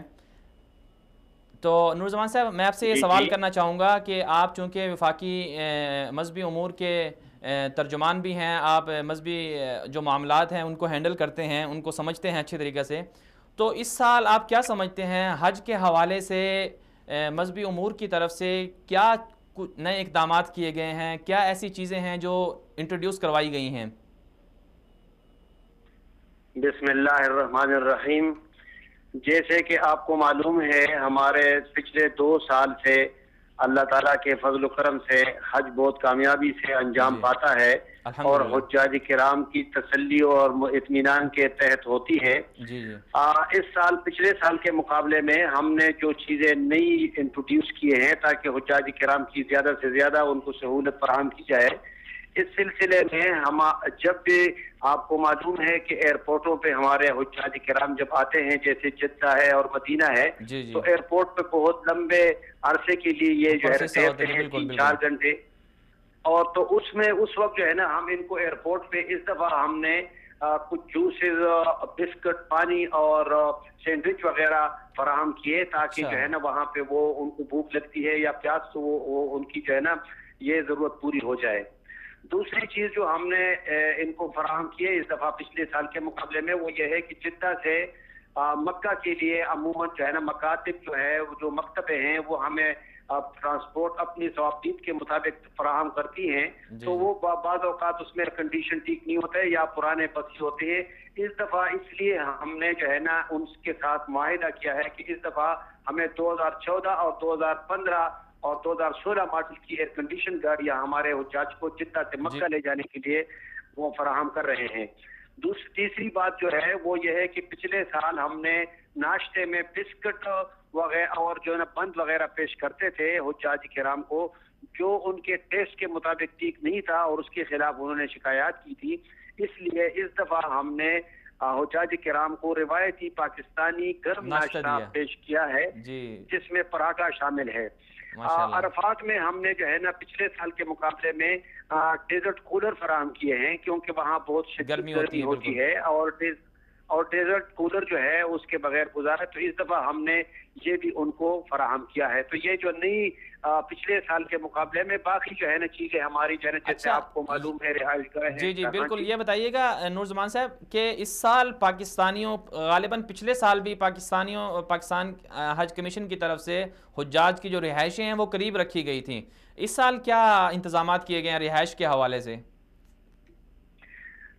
دیکھیں پچھلے سال مدینہ میں ہمارے جو ہے نا جو ہم نے 20% حجاج کو مرکزیہ سے باہر رکھا تھا کیونکہ جو اس کے کرایہ میں کی قیمت تھی وہ اس میں زیادہ تھا اور ہمارے پاس جو ہے نا حجاج سے ہم نے کم رقم دی تھی، تو اس وجہ سے ہم نے جو ہے نا مرکزیہ جو کہ مسجد نبوی کے بالکل قریب ہوتا ہے اس میں 80% جو ہے نا حجاج رکھے تھے اور 20% ہم نے جو ہے نا اس سے رکھتے تھے۔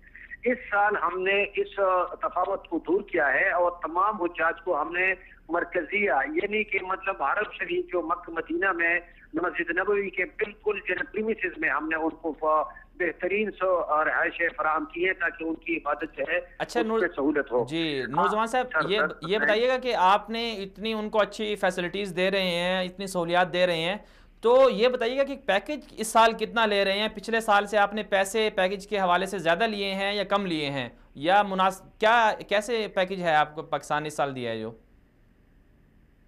دیکھیے پچھلے سال کے مقابلے پچھلے سال ہمارا پیکج تھا 2,74,000 روپے. جی ٹھیک ہے جی. اور جو ہے اس سال ہم نے 2,80,000 لیے ہیں. اس میں جو ہے 6,000 کا اضافہ ہے اور پچھلے سال کے مقابلے میں یہ 6,000 اس وجہ سے زیادہ ہوئے کہ ہم نے جیسے میں نے آپ کو بتایا کہ ہم نے 4-5 مزید جو ہے نا فیسلٹیز حجاج کرام کو ان کو دیے ہیں اور اس کی قیمت جو ہے وہ تقریباً 15,000 روپے بنتے ہیں.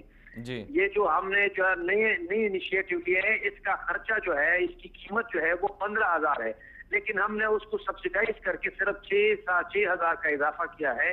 تو اس طریقے سے ہم نے اور وہ بھی اس پہ راضی ہے کیونکہ یہ جو چیزیں ہم نے فراہم کی ہیں اس کی اشد ضرورت تھی اور ہم نے جو معیار ہے حج کا اس کو زیادہ بڑھانے کے لیے اور اس کو جو ہے نا زیادہ اس کو بڑھوتری دینے کے لیے ہم نے یہ انجام دی. تو اس سے ہمیں جو ہے نا جو امپیکٹ ہے حجاج کے اوپر وہ 5-6 ہزار روپے پڑا. جی بہت شکریہ نورزمان صاحب، آپ نے ہمیں جوائن کیا، آپ کا بہت شکریہ. جی ہم بات کر رہے تھے خطبہ حجۃ الوداع کے عنوان پر. جی تو بس وہ آخر میں جب آپ صلی اللہ علیہ وسلم نے جب صحابہ کرام سے پوچھا کہ الا هل بلغت، صحابہ کرام بعد کا جو جواب آیا تھا کہ نعم نشهد انك بلغت الرسالة واديت الامانة ونصحت الامة، تو پھر آپ صلی اللہ علیہ وسلم نے آسمان کی طرف ہاتھ کیا اور اللہم اشہد، اللہم اشہد، اے اللہ تو گواہ ہے، اے اللہ تو گواہ ہے. جی بہت شکریہ آپ کا. ہم بات کر رہے تھے حج کے مقاصد اور حج انتظامات پر. ابھی ہم ایک بریک لیں گے، انشاءاللہ بریک کے بعد واپس آئیں گے تو پھر اپنی بات کو جاری رکھیں گے اور اس دوران ہم حج انتظامات کے حوالے سے مزید کیا چیزیں متعارف ہوئیں انشاءاللہ ہم اس پر بھی بات کریں گے. اور خطبہ حجۃ الوداع جو انتہائی اہم پیغام ہے آپ صلی اللہ علیہ وسلم کا امت کے نام، ہم اس کے اوپر بھی اس کے جو دروس ہیں اس کے بارے میں جو ہمیں اسباق ملتے ہیں اس پر بھی بات کریں گے. ٹیک اے بریک، انشاءاللہ بریک کے بعد ملتے ہیں.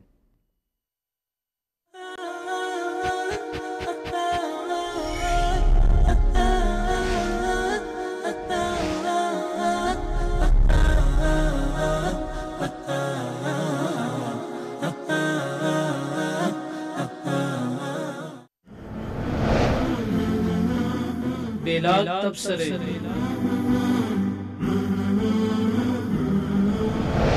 تجزیے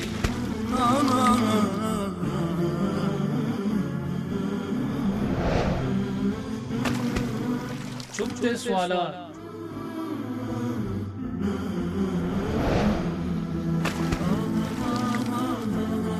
دل نشین جوابات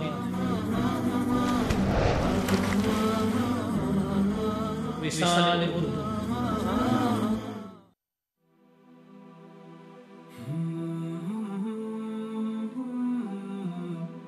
بحبك يا قبلة العالمين ترنم قلبي وزاد الحنين إليك يطير ليجلو الجوى ويهوي ليذهب عنه الأنين. بحبك يا قبلة العالمين ترنم قلبي وزاد الحنين إليك يطير ليجلو الجوى ويهوي ليذهب عنه الأنين. هنا بيت ربي بخير البقاع، هنا الروح تسمو بخفض الجبين. بناك الخليل بأمر الإله فأنت الحرام وأنت الأمين. ويهناك أن قد رأيت الحبيب إمام الهدى سيد المرسلين. فكم عشت أنسا بأطيافه وكم نلت فضلا بتلك اليمين. بحبك يا قبلة العالمين ترنم قلبي وزاد الحنين إليك يطير ليجلو الجوى ويهوي ليذهب عنه الأنين أما تذكرين اجتماع القلوب بساحيك يا فرحة المؤمنين أما تذكرين دموع السرور بنصر عظيم وفتح مبين أذان بلال يشق السكون يهب على الروح كالياسمين وتكبيره إذ علاك حداها يردده الكون في كل حين ألا فاعلمي أن قلبي سرى إليك فضميه ضم الحنون وكوني له صدر أم رؤوم تجدد فيه التقى واليقين بحبك يا قبلة العالمين ترنم قلبي وزاد الحنين إليك يطير ليجلو الجوى ويهوي ليذهب عنه الأنين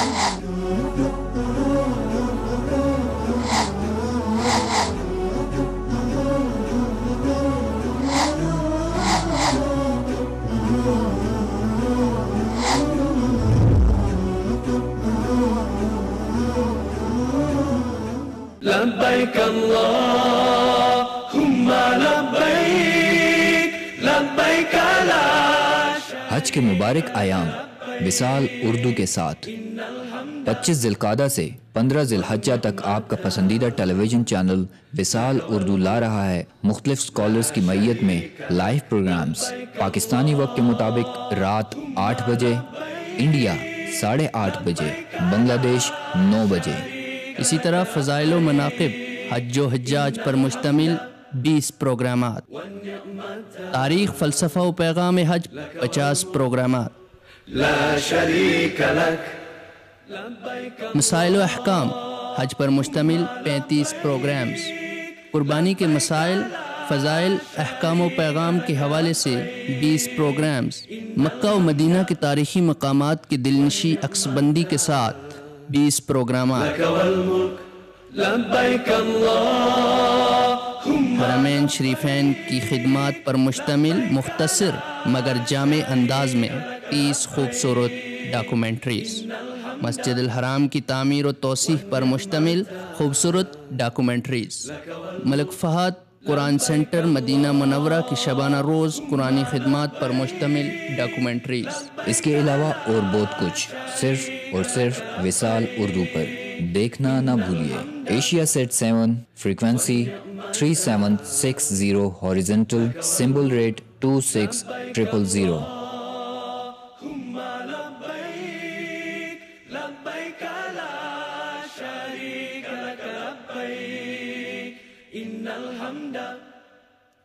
والنعمة لك والملك لا شريك لك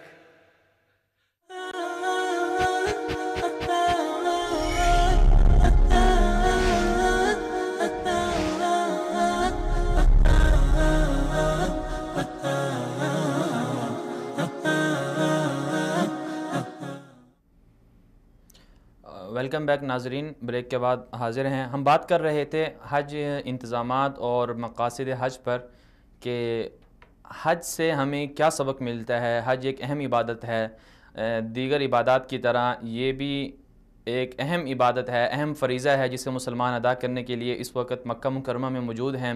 تقریباً 17 لاکھ حجاج کی آمد اس سال متوقع ہے مکہ مکرمہ کے اندر، اور الحمدللہ جس میں سے تقریباً اب تک کی اطلاعات کے مطابق 10 لاکھ کے قریب حجاج مدینہ منورہ میں پہنچ گئے ہیں۔ اتنے بڑے مجمع کو کنٹرول کرنا، ان کو سہولیات دینا، اور وہاں پر اس دوران کسی بھی قسم کی بدنظمی کا نہ ہونا، اور اس دوران کسی بھی قسم کی آپس میں تلخی یا آپس میں لڑائی جھگڑا اس کا نہ ہونا، یہ ایک بہت بڑا ایک کارنامہ ہے، جسے الحمدللہ اللہ تعالیٰ ہی کا فضل ہے کہ الحمدللہ یہ سب چیزیں نہیں ہوتی یہاں پر۔ اور ساتھ اس میں جو یہاں کی انتظامیہ ہے، سعودی عرب کی انتظامیہ، اور جو حجاج ہیں دنیا کے مختلف ملکوں سے آئے ہوئے، ان کی اخلاقی تربیت اور ان کے صبر کا جو پیمانہ ہے اس کو بھی داد دینی پڑے گی کہ کس طرح وہ لوگ کتنی مشقت کے اندر، اتنے بڑے مجمع کے اندر کنٹرول اپنے آپ کو رکھتے ہیں، آپس میں ایک دوسرے کے ساتھ اونچ نیچ نہیں کرتے، اونچی آواز میں بات نہیں کرتے، ایک دوسرے کا احترام کرتے ہیں، اخلاق سے پیش آتے ہیں۔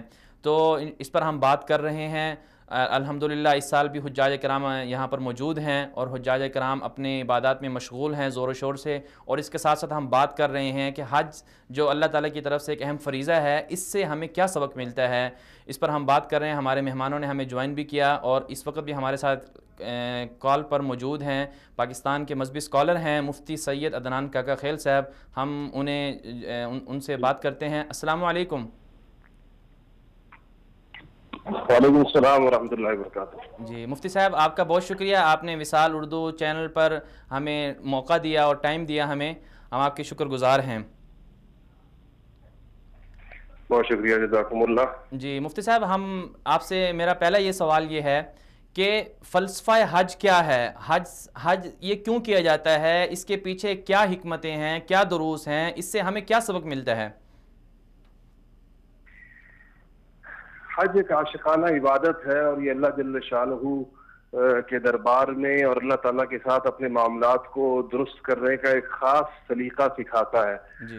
اور اسباب کی اس دنیا میں انسان کو اس بات کا پتہ چلتا ہے حج کی تمام عبادات کو دیکھنے سے کہ اصل چیز اللہ جل شانہ کا حکم ہے، اور حکم خداوندی کی بجاوری کی جو شکلیں حج کی مختلف عبادات میں جس طریقے سے کی جاتی ہیں، اس کا نتیجہ یہ نکلتا ہے کہ انسان کے ذہن میں احکامات خداوندی کی عظمت بیٹھتی ہے، اور یہ اس کو پتہ چلتا ہے کہ ذرائع اور اسباب مقصود نہیں بلکہ رضائے خداوندی مقصود ہے۔ اللہ جل شانہ جس حال میں رکھنا چاہیں اور جیسے احکامات دیں، بلا چوں چرا انسان اس کو مانتا چلا جائے، یہی اس کی کامیابی ہے۔ اور یہی سکھانے کے لیے اللہ جل شانہ نے گویا کہ دیگر عبادات کے ساتھ ساتھ حج ایک اور انداز میں فرض فرمایا ہے۔ دیگر عبادات میں آپ دیکھیں ایک ترتیب اور طریقہ نظر آتا ہے، اور حج میں اس ساری عام جو عادت ہے دیگر عبادات کے لیے جو چیزیں ضروری ہیں، حج اس سے بالکل ہٹ کر ہے۔ بظاہر مناسک حج کی کوئی عقلی توجیہ کرنا بہت دشوار ہے، بہت مشکل ہے کہ یہ مختلف میدانوں میں، کبھی مزدلفہ میں، کبھی عرفات میں، کبھی مینا میں، کبھی خانہ کعبہ کے گرد، کبھی سعی میں صفا و مروہ کے درمیان، اس سب کا مقصد کیا ہے؟ یہاں جو چیز سمجھ میں آتی ہے کہ اس کا مقصد جانے بغیر اور اس کی حکمتیں جانے بغیر ایک انسان اللہ جل شانہ کے احکامات کے سامنے اپنے سر کو جھکاتے ہوئے بجا لاتا ہے ساری چیزوں کو، سارے مناسک کو ادا کرتا ہے جیسے جیسے بتایا جاتا ہے۔ یہاں سے وہ یہ تربیت پاتا ہے کہ اب اس نے باقی زندگی میں بھی چاہے حکمتیں اور مصلحتیں اس کو سمجھ میں آئیں یا نہ آئیں، حکم خداوندی کے سامنے سر تسلیم خم کرنا اسلام ہے۔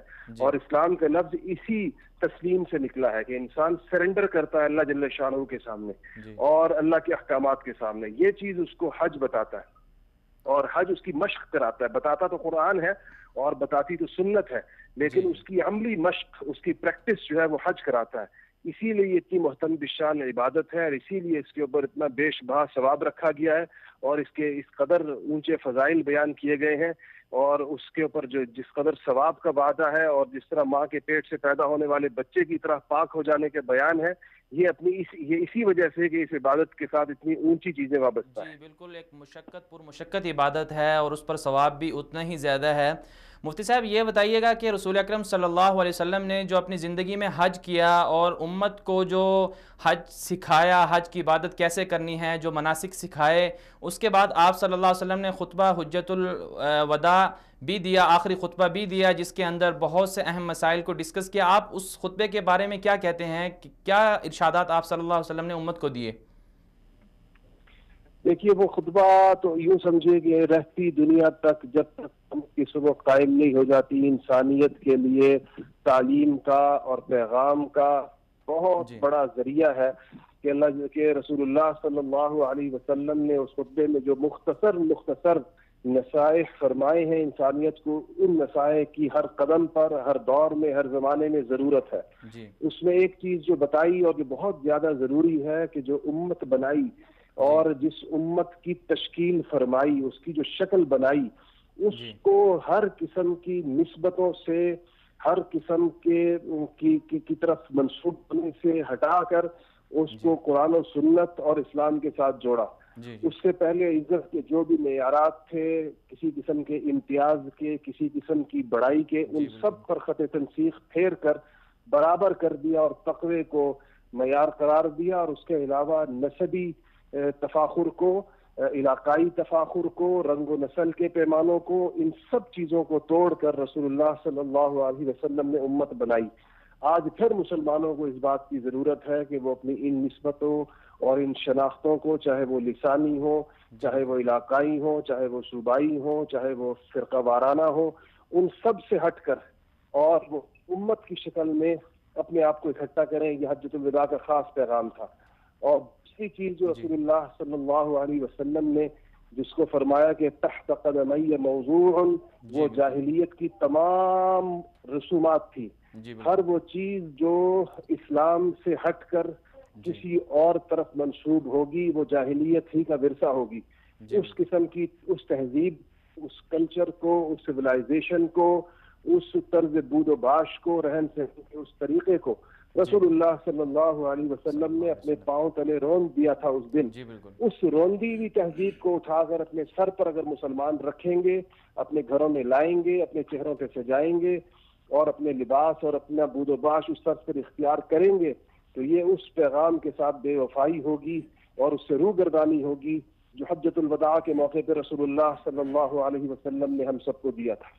جی تو مفتی صاحب اس حوالے سے جیسے اجتماعیت کا آپ صلی اللہ علیہ وسلم نے درس دیا اور ساتھ میں فرقہ وارانہ جو تفاخر ہے، فرقہ وارانہ جو باتیں ہیں ان کی بھی آپ صلی اللہ علیہ وسلم نے اپنے اس خطبے میں نفی کی، تو آج امت فرقوں میں بٹی ہوئی ہے، آپس میں اختلافات بہت زیادہ بڑھ گئے ہیں، دہشت گردانہ کارروائیاں بھی ہو رہی ہیں، مسلمان کے خون کا پیاسا ہو گیا ہے. حالانکہ آپ صلی اللہ علیہ وسلم نے یہ فرمایا تھا کہ تمہارے اموال، تمہارا خون ایک دوسرے پر حرام ہے.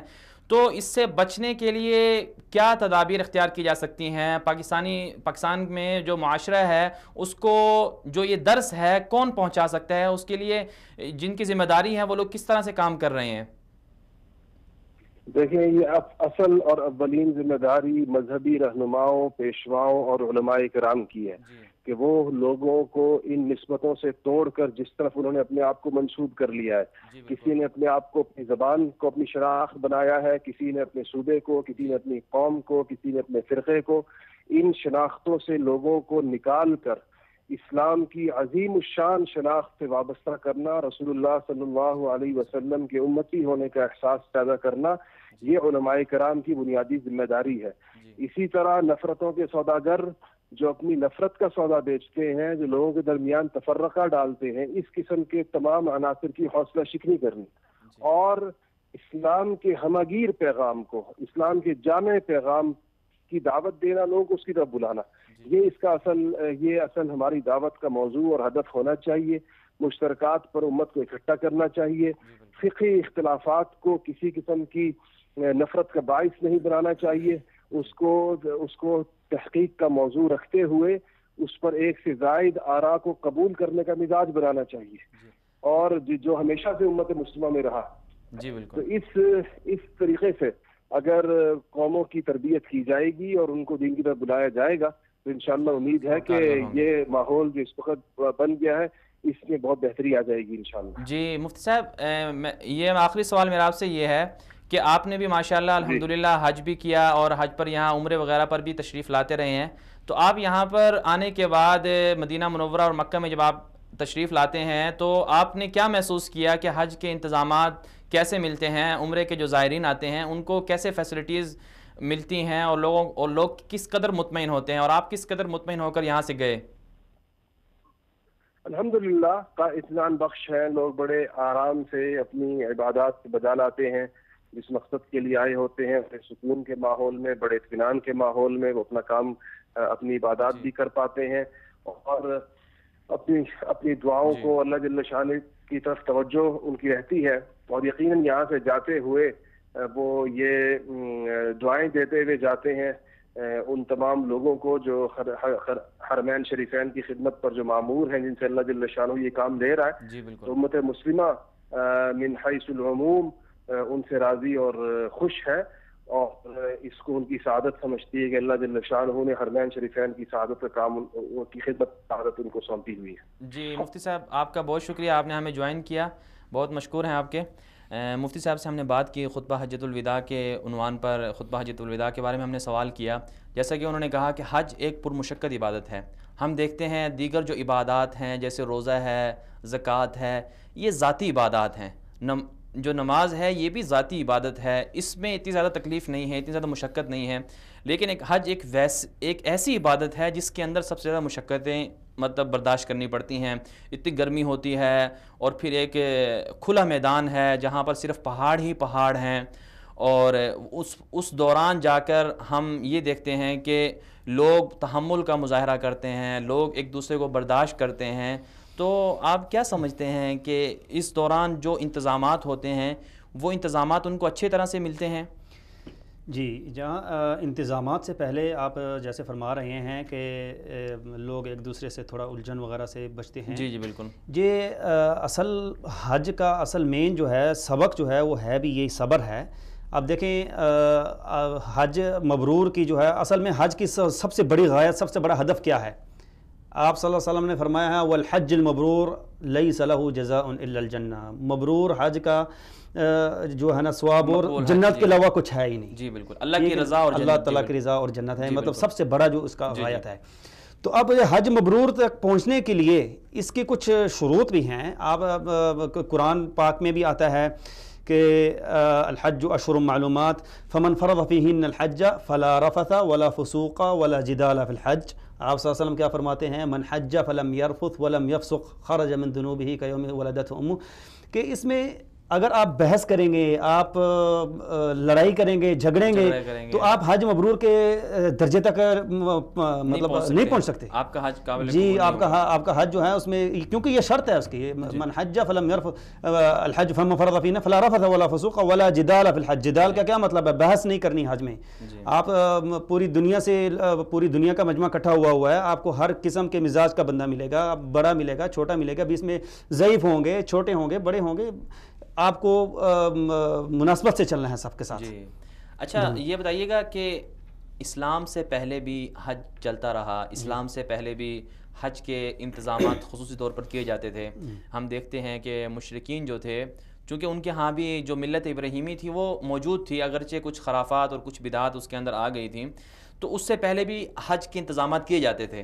تو اس وقت بھی امت حج کے انتظامات کر رہی ہے، تو آپ کیا سمجھتے ہیں کہ جو انتظامات ہیں یہ کیوں کیے جاتے ہیں؟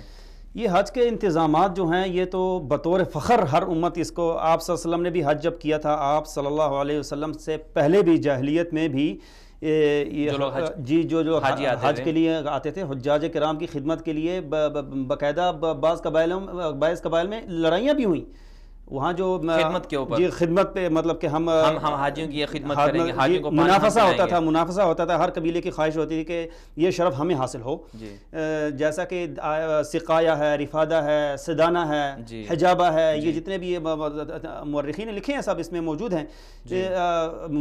پانی پلانے کی باری، چابی مکہ کے دروازے کی چابی کس کے پاس ہوگی، خانہ کعبہ کی وہ پانی پلانے کا، مینٹیننس کون برقرار رکھے گا، جی بالکل، یہ پورا یہ نبوت سے پہلے موجود تھا۔ تو نبوت کے بعد تو من باب اولا ہے، کیونکہ اسلام تو اس چیز کے لایا بھی یہ درس دیتا ہے کہ پڑوسیوں کے حقوق، بڑوں کے حقوق، چھوٹے کے حقوق، غیر مسلموں کے ساتھ کیا مطلب رویہ ہے، ان کو کیا اخلاق. تو اللہ تعالیٰ کے مہمان تو من باب اولا ہیں کہ ان کی خدمت کے لیے تو بہت بڑا شرف ہے. تو یہ ہے. آپ صلی اللہ علیہ وسلم کے بعد بھی یہ سلسلہ جاری رہا. آپ صلی اللہ علیہ وسلم کے دور کے بعد پھر خلفائے راشدین کا دور آیا، اس میں بھی انہوں نے بھی حجاج کی خدمت کو توجہ کا مرکز بنایا. جی خلفائے راشدین کے بعد دولہ بنی امیہ، دولہ امویہ جو ہے، دولہ عباسیہ ہے، پھر سب کے سب الحمدللہ یہ شرف میں تو سب کے سب منافس رہے. جی اور الحمدللہ ہر سال یہ سلسلہ ہر سال حاجیوں کا بڑھتا رہا. بیچ میں ایک دولہ فاطمیہ آئی تھی، ایک اس دوران کچھ انتشار ہوا، کچھ بد امنی ہوئی تھی جس میں کچھ بہت قلت ہو گئی تھی حاجیوں کی، لیکن وہ چند سال ہی تھی. اس کے بعد اللہ تعالیٰ پھر الحمدللہ خلافت عثمانی، پھر یہ جیسے کہ آپ نے کہا کہ یہ حاجی جو حجاج آتے ہیں یہ اللہ کے مہمان ہوتے ہیں. اللہ کے مہمانوں کی تکریم، ان کے لیے خدمت کرنا، یہ تو ایک عظیم ترین مقصد ہے. تو آپ کیا سمجھتے ہیں کہ اس وقت جو انتظامیہ ہے حرمین شریفین کی، انہوں نے کیا کیا انتظامات حاجیوں کے لیے کر رکھے ہیں، کیا نئے اقدامات کیے ہیں؟ جی حاجیوں کے خدمت کے لیے تو انہوں نے حاجیوں کے راحت کے لیے ہر ممکن اقدامات انہوں نے کیے ہیں، حتیٰ کہ ہر قسم کا سیول اور عسکری ادارے جتنے بھی ہیں سب کے سب حج میں موجود ہیں. آپ یہاں دیکھ لیں، مطلب ہر قسم کا ادارہ موجود ہے. اگر عسکری میں ادارے دیکھ لیں، آپ سیول ادارے دیکھ لیں، سب کے سب حجاج کی سہولت کے لیے متفرق کیے گئے ہیں. باقاعدہ موجودہ حکومت نے خادم الحرمین شریفین حفظہ اللہ، انہوں نے ایک باقاعدہ ایک منسٹری آف حج، وزارت الحج ایک مختص کی ہوئی ہے، جس کا کام پورا سال صرف یہی ہے کہ حجاج کرام کو کس طرح ہم نے سہولیات فراہم کرنی ہیں. یہ وزارت کا اور ملک کا بہت بڑا بجٹ جاتا ہے اس میں، اس منسٹری کو صرف اور صرف حجاج کرام کی خدمت کے لیے، جس کو یہ بہت بڑا شرف سمجھتے ہیں. جبکہ خادم الحرمین شریفین نے بھی فخراً اپنا یہ لقب رکھا ہے، خادم الحرمین شریفین کے. جی بالکل. اچھا یہ بتائیے گا کہ یہ جو مسجد کی حرمین شریفین کی جو توسیع ہے، ہم دیکھتے ہیں کہ تاریخ کے اندر اتنی بڑی توسیع نہیں ہوئی. تو یہ میں سمجھتا ہوں کہ یہ جو مسجد کی اتنی بڑی حرمین شریفین کی توسیع ہے، اس کا جو اہم مقصد ہے وہ یہی ہے کہ دنیا میں جیسے کہ مسلمانوں کی پاپولیشن بڑھ رہی ہے، آبادی بڑھ رہی ہے، تو زیادہ سے زیادہ لوگوں کو موقع دینا کہ وہ حج پر تشریف لائیں اور حج کے انتظامات حج کریں. بالکل بہت بڑی توسعہ ہے، تاریخ میں اس سے پہلے کوئی مثیل نہیں ہے اس کا، توسعات الحرم المکی، مکہ مکرمہ کی اور مدینہ منورہ کی. اور ابھی جو لیٹسٹ جو آئے ہیں یہ پرنس محمد بن سلمان حفظہ اللہ کے، انہوں کے یہ سعودی ویژن 2030 رؤیا 2030 جس کو کہا جاتا ہے، ان میں سے ایک ان کا بہت بڑا مادہ جو آپ کہہ لیں وہ ایک یہ ہے کہ 2030 سے پہلے حجاج کی جو تعداد ہے وہ مطلب بہت زیادہ بڑھانی ہے. ابھی جیسے 15-17 لاکھ ہے تو اس کو دگنا تگنا کرنا ہے، وہ غالباً 50 لاکھ کے قریب غالباً، مجھے ابھی کنفرم یاد نہیں ہے، لیکن اس میں ایک لائحہ ہے کہ حجاج کرام کا اور عمرے کے ویزے بہت زیادہ ایشو کرنے ہیں اور اس کے لیے اقدامات کر رہے ہیں. آپ دیکھ رہے ہیں کہ ابھی ٹرین کی جو سروس ہے مکہ مکرمہ اور مدینہ منورہ کے درمیان، جدہ کے درمیان، یہ وہ ابھی تقریباً آئندہ سال میں وہ شروع ہونے کو ہے. اس کے علاوہ حرمین کی توسیع آپ دیکھ رہے ہیں، اور ایئرپورٹس پہ آپ انتظامات ماشاءاللہ حجاج کرام جب ایئرپورٹ سے اترتے ہیں تو وہاں سے الحمدللہ ادارے موجود ہیں ہر قسم کے. ٹھیک ہے یہ بتائیے گا کہ جو حرمین شریفین ہیں ان کے اندر حجاج کی سہولت کے لیے غالباً اور حجاج کو ہدایات دینے کے لیے کچھ حلقات، کچھ دروس بھی منعقد کیے جاتے ہیں. جی اس میں ہر لینگویج میں اور جو ہے نا دروس بھی ہوتے ہیں، مواعظ بھی ہوتے ہیں اور حلقات بھی ہوتے ہیں. حلقات قرآنیہ، کسی کو اپنا مطلب اکثر عجم ہوتے ہیں قرآن پڑھنے میں، تو ابھی تو الحمدللہ مسجد نبوی شریف میں آپ دیکھ لیں، مکہ مکرمہ میں بھی، خصوصاً مسجد نبوی شریف میں تو ابھی حلقات اتنے منتشر ہو گئے ہیں ماشاءاللہ کہ حلقات زوار کے نام پہ، کہ زوار جو ہیں مختص کیے ہوئے ہیں کہ یہ زوار کے مدرسین ہیں، وہ اپنی وہ جو ہیں. جی بالکل. تو اور دروس جو ہے مواعظ وہ بھی بہت، اس میں ریاست باقاعدہ اس میں ڈائریکٹ جو ہے نا اس کا انچارج ہے ریاست مسجد نبوی. تو حلقات کے حوالے سے بھی حجاج الحمدللہ کافی مستفید ہو رہے ہیں. بہت مستفید ہو رہے ہیں الحمدللہ، اور ہر زبان میں مواعظ ہیں موجود ہیں. اور جہاں تاریخی مقامات ہیں جہاں جاتے ہیں وہاں بھی گائیڈ موجود ہیں، ہر زبان کے موجود ہیں الحمدللہ. یہ مطلب حجاج کرام کو کوئی کسی قسم کی الحمدللہ زیارت سمجھنے میں، کوئی فتاوا سمجھنے میں، کچھ کسی بھی سمجھ میں الحمدللہ کوئی دشواری نہیں ہوتی الحمدللہ. اچھا، یہ مکہ مکرمہ میں جب حج کے آخری ایام آتے ہیں 8 سے لے کر 12 تک، مینا اور عرفات اور مزدلفہ میں کیا اقدامات کیے جاتے ہیں؟ مطلب لوگوں کو کیا سہولیات ملتی ہیں وہاں پر؟ جی مینا، عرفات، مزدلفہ میں تو الحمدللہ آپ دیکھ رہے ہیں خیمے جو ہیں مطلب شاندار قسم کے خیمے ہیں. ٹھیک ہے، یہاں اس کی ایکسٹینشن اتنی ماشاءاللہ، پہاڑوں کو کاٹ کے بھی ایکسٹینشن اتنی. آپ دیکھ رہے ہیں ایک گراؤنڈ میں 20 لاکھ کا مجمع اکٹھا ہونا ہے، وہ کس طرح ہونا ہے؟ مطلب ایک ہمارے ملکوں میں تو ایک اسٹیڈیم میں ایک مجمع کنٹرول کرنا کتنا مشکل ہو جاتا ہے، یہ ایک گراؤنڈ میں ایک شادی کرنے. ہاں بھی ابھی آپ فرما رہے تھے آج وہ تنقید، بعض لوگ اس طرح بھی کچھ یہاں سے حجاج جاتے ہیں جو بس تنقید ہی ان کو آتی ہے. اب دیکھ لیں ہمارے ہاں پنجاب میں دیکھ لیں آپ، اکثر شادی میں مطلب کتنا مجمع ہوتا ہے شادی میں؟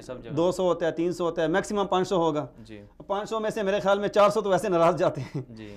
سمجھے نا آپ؟ تو یہاں جہاں 20 لاکھ 2 ملین کا مجمع ہے جہاں، تو وہاں کچھ چند لوگ اگر کچھ اس طرح کچھ جن کو اگر سہولیات اچھی نہیں ملتی ہے، کچھ پریشانی کا سامنا ہوتا ہے، اگر وہ کچھ بات کر دیتے ہیں. میرا نہیں خیال کہ کسی کو کوئی پریشانی کا سامنا ہوتا ہے. جہاں اب خدمات تو سب کے سامنے ہے، انٹرنیشنل میڈیا اس کو کوریج کر رہا ہے، ساری دنیا دیکھ رہی ہے کہ کتنے خدمات ہیں الحمدللہ.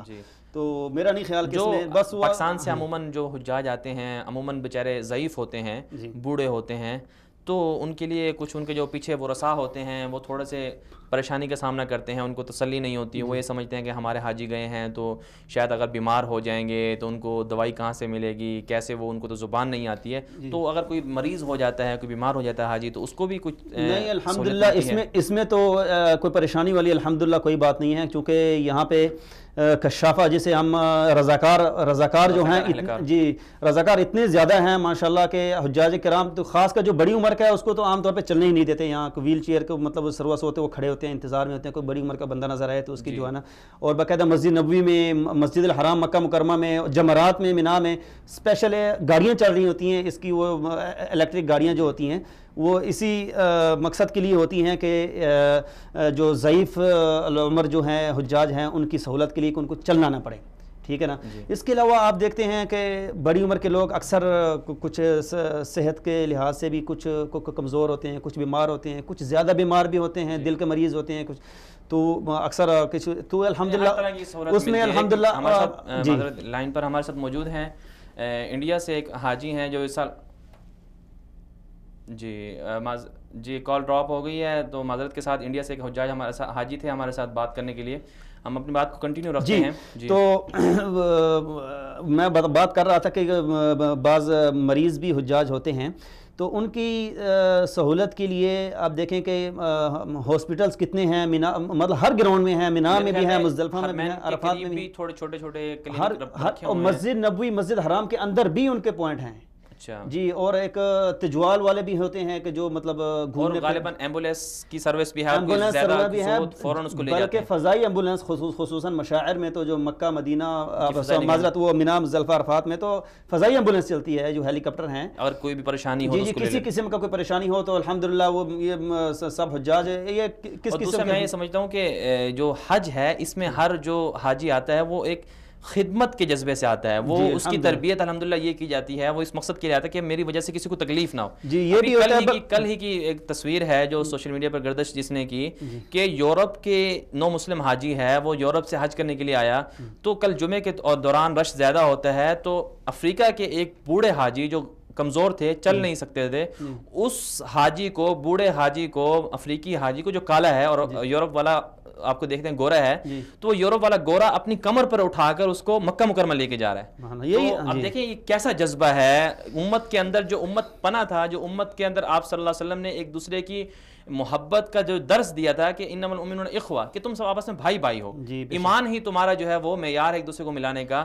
پھر آپ صلی اللہ علیہ وسلم نے یہ بھی فرمایا تھا کہ اگر مسلمان کے کسی ایک عضو کو تکلیف ہو تو اس کا پورا جسم، جس طرح انسان کا پورا جسم متاثر ہوتا ہے، اسی طرح اگر ایک مسلمان کو تکلیف ہوتی ہے تو دوسرا مسلمان اس کو سمجھ سکتا ہے.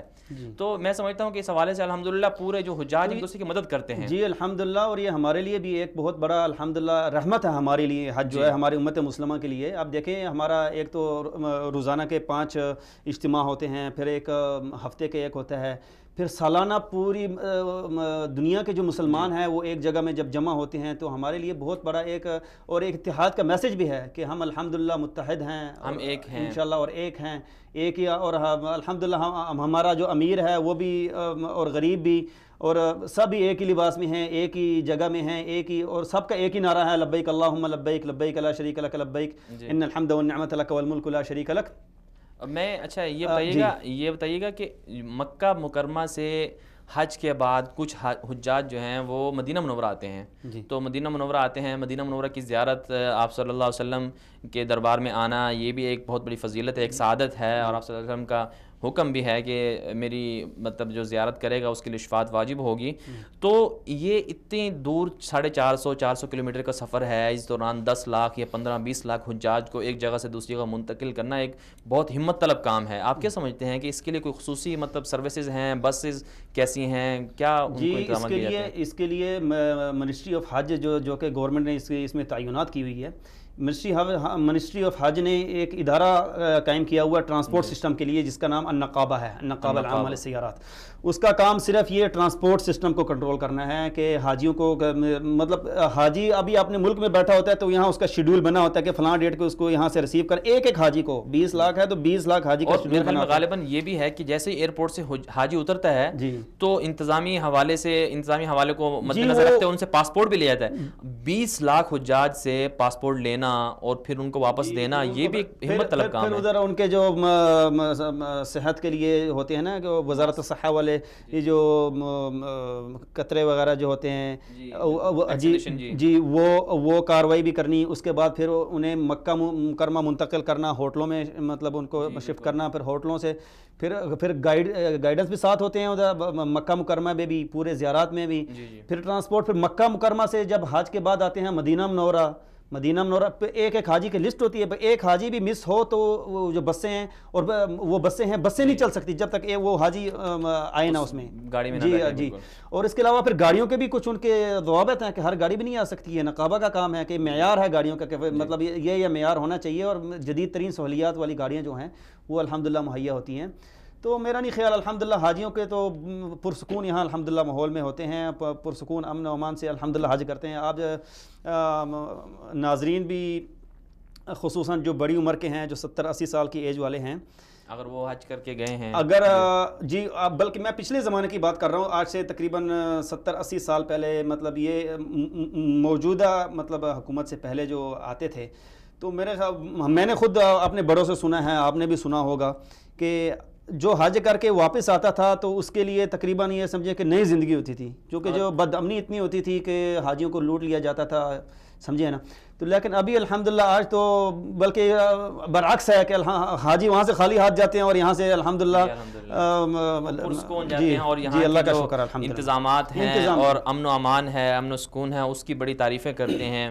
اور میں سمجھتا ہوں کہ اس حوالے سے جو پاکستان کی جو گورنمنٹ ہے وہ بھی سبق حاصل کر سکتی ہے کہ حج کے کتنے بڑے اجتماع کو کنٹرول کرنا، وہاں چوری کا اور کسی چیز کا لوٹ کا مطلب یہ نہ ہونا، یہ ایک بہت بڑا مطلب ایک کارنامہ ہے جس کی ہم جتنی تعریف کریں کم ہے۔ غالباً اس کے پیچھے میرے خیال میں کچھ جو شرعی حدود اور قیود ہیں ان کا نفاذ بھی ہے، کہ جیسے کوئی چوری کرے گا تو اس کے لیے جو اللہ تعالیٰ نے سزا مقرر کی ہے وہی ہوگی۔ شک نہیں ہے اس میں، جب شروع میں جب میں بتا رہا تھا کہ بد امنی ہوتی تھی، تو الحمدللہ موجودہ حکومت میں جب بھی آتے ہی وہ شرعی جو سزائیں جو نافذ کی، اس کی وجہ سے الحمدللہ امن و امان اتنا ہو چکا ہے الحمدللہ کہ کسی انسان کو کوئی آپ بھی دیکھتے ہیں، ساری دنیا دیکھتی ہے جو حج میں آتی ہے، اسلحہ کسی کے پاس آپ کو نظر نہیں آتا، لیکن الحمدللہ وہ انہیں جو ہے نظم و ضبط کرنے میں کوئی الحمدللہ پریشانی نہیں ہوتی، کوئی وہ مسئلہ نہیں ہوتا الحمدللہ۔ اللہ تعالیٰ یہ بتائیے گا جو پاکستان کے جو حاجی آتے ہیں تو ان کو یہاں پر حج کمیشن کی طرف سے کیا انتظامات ملتے ہیں؟ آپ مدینہ منورہ میں رہائش پذیر بھی ہیں اور آپ کو وہاں آپ دیکھتے بھی رہتے ہیں، عرصہ دراز سے آپ وہیں پر ہیں، تو آپ کیا سمجھتے ہیں کہ ماضی میں جو حکومتیں رہیں جنہوں نے حج کے لیے حاجیوں کو بھیجا، تو ان کے اس دور میں کیا اقدامات حاجیوں کے لیے ہوتے تھے، اور آج کل حاجیوں کو کتنی سہولیات ملتی ہیں؟ عملاً آپ نے اس کا مظاہرہ کیا ہوگا. جی آج سے تھوڑا پیچھے کافی عرصہ تھوڑا پیچھے چلے جائیں تو حجاج کرام کو کافی جو ہے نا مشکلات کا سامنا کرنا پڑتا تھا. جیسے ہوٹل کی مطلب ہوٹلوں کی سروسز وغیرہ اور مسافت کا خصوصاً جو بڑی عمر کے حجاج کرام ہوتے تھے.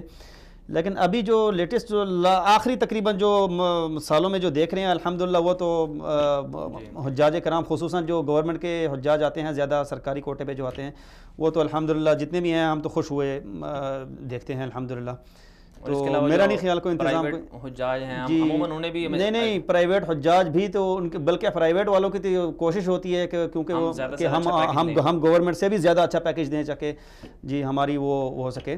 تو میرا تو خیال ہے الحمدللہ کہ سروس بہت اچھی دے رہے ہیں اور ڈیل بھی بہت اچھا کر رہے ہیں حجاج کو. تو آپ اچھا آخر میں ہمارے ناظرین کو یہ بتائیے گا کہ حج اتنی عظیم عبادت ہے جیسے کہ ہم نے ابھی ڈسکس بھی کیا کہ حج کے دوران کچھ بدنظمی نہیں ہوتی ہے اور اتنا بڑا مجمع ہوتا ہے, اتنی پریشانی بھی ہوتی ہے مینا اور عرفات کے اندر اور مزدلفہ کے اندر جو میدان ہے گراؤنڈ ہے, اتنی گرمی ہوتی ہے حج کے دنوں میں. عموماً آپ کو پتہ ہے سعودی عرب کا جو ٹیمپریچر ہے وہ بھی ہائی ہوتا ہے. تو اس دوران ایک جگہ سے دوسری جگہ جانا پیدل چلنے کا بہت زیادہ سفر ہوتا ہے. تو عموماً جو ہے طبیعت فطرتاً جو ہے نا تھوڑی سی ایسی ہو جاتی ہے, لڑائی جھگڑے پر آمادہ ہو جاتی ہے, تھوڑی سی ایسی جو بات محسوس نہیں کرتی ہے, مطلب اس کو اپنی راحت کے لیے جو ہے نا کچھ نہ کچھ کر ایسا ہو جاتا ہے.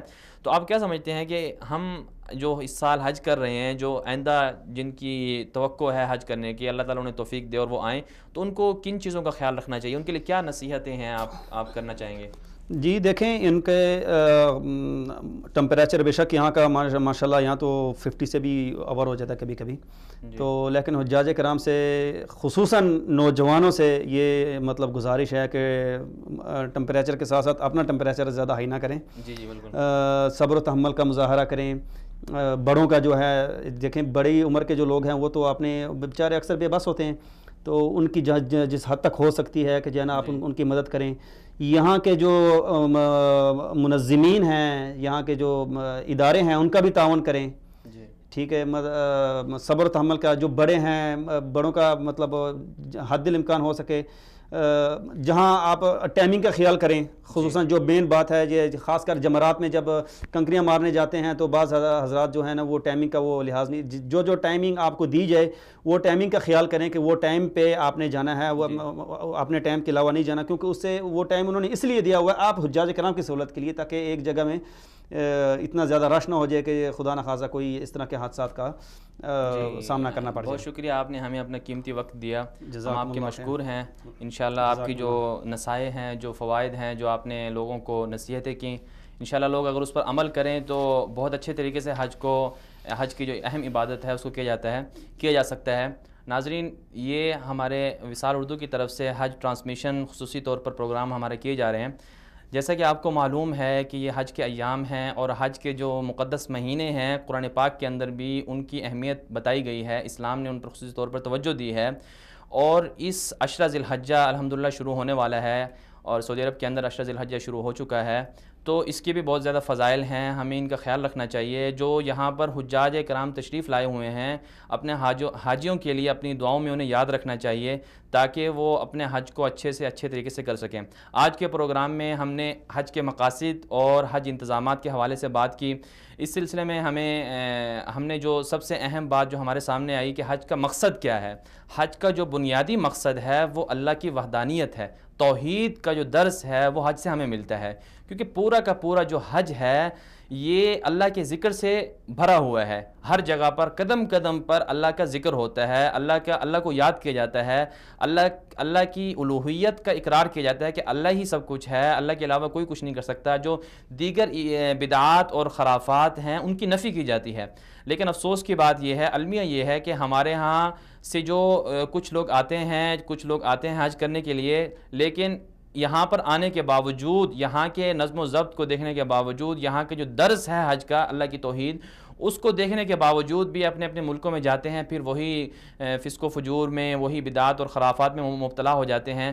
ہم دیکھتے ہیں کہ دیکھیے حج کی کیسی عظیم عبادت ہے کہ اس میں نہ کوئی سجادہ نشین ہے، نہ کوئی اپنا کوئی ایسا بڑا اس کا وہ ہے جیسے کہ ہمارے ہاں ہم دیکھتے ہیں کہ اگر کوئی انسان کبھی فوت ہو جاتا ہے تو پھر کوئی بڑا انسان کوئی جو جیسے اگر ہم کہیں کہ مقدس شخصیت ہے یا کوئی بڑی بزرگ ہستی ہے، اگر فوت ہو جائے تو پھر اس کو سجادہ نشین بن جاتے ہیں، پھر اس کے نام پر جو ہے پھر طرح طرح کی خرافات ہونے لگ جاتی ہیں، اس کے ساتھ ساتھ جو ہے چندے کا نظم و ضبط کر لیا جاتا ہے، اپنے مفادات کے لیے غرض یہ بدعات اور خرافات بہت زیادہ کر لی جاتی ہیں۔ لیکن حج کا جو اہم ترین مقصد ہے، اس سے ہمیں کتنی ایک اہم عبادت، کتنا ایک ہمیں اہم سبق ملتا ہے توحید کا اقرار۔ تو ہمیں چاہیے کہ ہم حج کا جو عظیم مقصد ہے توحید، ہم اس کو فالو کریں اور اسی کو اپنے ملکوں میں جا کر، اپنے علاقوں میں جا کر اس کا اقرار کریں اور جو بدعات اور خرافات ہیں اس سے دور رہیں۔ حج کا جو دوسرا بنیادی مقصد ہے وہ یہ ہے کہ ہم ایک دوسرے کے بھائی بن جائیں، ہم ایک دوسرے کو اپنا ایسے بھائی سمجھیں جیسے کہ ہم اپنے حقیقی بھائی کو سمجھتے ہیں، کیونکہ قرآن پاک میں اللہ تعالیٰ نے ایمان کو بھائی کا مومنین کو آپس میں بھائی قرار دیا ہے۔ تو مومن آپس میں ایک دوسرے کے بھائی ہیں، جس طرح ایک بھائی دوسرے کو تکلیف نہیں دینا چاہتا ہے، ایسے ہی ہمیں چاہیے کہ ہم اپنے جو دینی بھائی ہیں ان کو تکلیف نہ دیں۔ حج کا جو بنیادی مقصد دوسرا یہی ہے کہ ہم اجتماعیت کو پارا نہ کریں، اجتماعیت میں جڑیں اور ایک دوسرے کو برا بھلا نہ کہیں، ایک دوسرے جیسے جو فروعی ہمارے اختلافات ہیں، فقہی اختلافات ہیں، ہم ان کو ہوا دے کر ایک دوسرے کو اوپر طنز نہ کریں۔ دیکھیں اگر ہم حرمین شریفین میں حجاج کی آمد کا ان کے نظم و ضبط کا مطالعہ کریں تو ہمیں یہ سبق ملتا ہے کہ یہاں پر پوری دنیا سے 20 لاکھ سے بھی زیادہ لوگ آتے ہیں یہاں پر، جو ایک دوسرے اب ہر پوری دنیا کے اندر مختلف کلچر ہیں، مختلف تہذیبیں ہیں، کچھ لوگ کیسے کپڑے پہنتے ہیں، کچھ لوگ کیسے کپڑے پہنتے ہیں، کسی کی زبان کیا ہے، کوئی کیسے بولتا ہے، کوئی کیسے کھانا کھاتا ہے۔ اسی طرح عبادات کرنے میں بھی ہر بندے کی اپنے طرز ہیں، اور ہر بندہ نماز بھی اگر دیکھیں تو مختلف طریقے سے پڑھتا ہے، لیکن اس کے باوجود یہ فقہی اختلافات ہیں جو امت میں چلتے آ رہے ہیں۔ اس پر امت نے کبھی تشدد نہیں کیا، کبھی شدت پسندی کا مظاہرہ نہیں کیا، لیکن الحمدللہ یہاں پر کوئی کسی پر انگلی نہیں اٹھاتا ہے، کوئی کسی کو اپنے آپ کو صحیح سمجھ کر دوسرے کو برا بھلا نہیں کہتا ہے۔ تو ہمیں یہ سبق ملتا ہے بنیادی طور پر کہ ہم دوسروں کو برداشت کرنا سیکھیں، ہم دوسروں کو برداشت کرنا سیکھیں، دوسروں کے ساتھ تعاون کرنا سیکھیں۔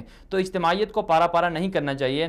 جیسا کہ حج کا تیسرا مقصد یہ ہے، بنیادی طور پر جو تیسرا مقصد یہ ہے کہ جو ایک پورا گروہ ہے، پوری دنیا سے آئے ہوئے لوگ جمع ہو جاتے ہیں، تو ان کا آپس میں ایک دوسرے کے قریب آنا، ایک دوسرے کے لیے تعاون کرنا، جیسے کہ آج ہم نے پروگرام میں بھی ڈسکس کیا کہ کس طرح یہاں حجاج اتنی مشقت کے باوجود ایک دوسرے کے ساتھ تعاون کرتے ہیں۔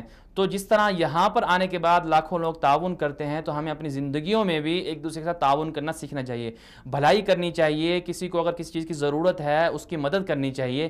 یہ حج کا بنیادی مقصد ہے۔ اسی طرح ہم دیکھتے ہیں کہ آپ صلی اللہ علیہ وسلم نے جو حج کے موقع پر خصوصی خطبہ دیا، اس میں جیسے کہ ارشادات آپ صلی اللہ علیہ وسلم کے جو دیے آپ صلی اللہ علیہ وسلم نے امت کو، اس پر ہم نے بات کی، تو ہم یہ سمجھتے ہیں کہ ہمیں ان ارشادات کو فالو کرنا چاہیے۔ آپ صلی اللہ علیہ وسلم نے فرقہ واریت کی نفی کی، شدت پسندی کی نفی کی، دہشت گردی کی نفی کی۔ دہشت گردی کی نفی کرتے ہوئے آپ نے فرمایا کہ تمہارے خون، تمہارے اموال، تمہاری عزت ایک دوسرے پر حرام ہے۔ آج ہم دیکھتے ہیں کہ معاشرے کے اندر تھوڑی چھوٹی باتوں سے اختلافات برپا ہو جاتے ہیں، اختلافات بہت زیادہ اونچے ہو جاتے ہیں، اور ایک دوسرے کو حتیٰ کہ چھوٹی معمولی باتوں پر ایک دوسرے کے قتل تک ہو جاتے ہیں۔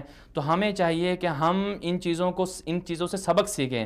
ہم جیسے کہ ہم دوسرے کی جان کی عزت کا خیال رکھیں، اسی طرح ہم اس دوسرے کی جو عزت ہوتی ہے، عزت نفس، اس کا بھی ہم خیال رکھیں۔ آپس میں ایک دوسرے کو برا بھلا نہ کہیں، برے نام سے نہ پکاریں، برے اخلاق سے، برے رویے سے پیش نہ آئیں۔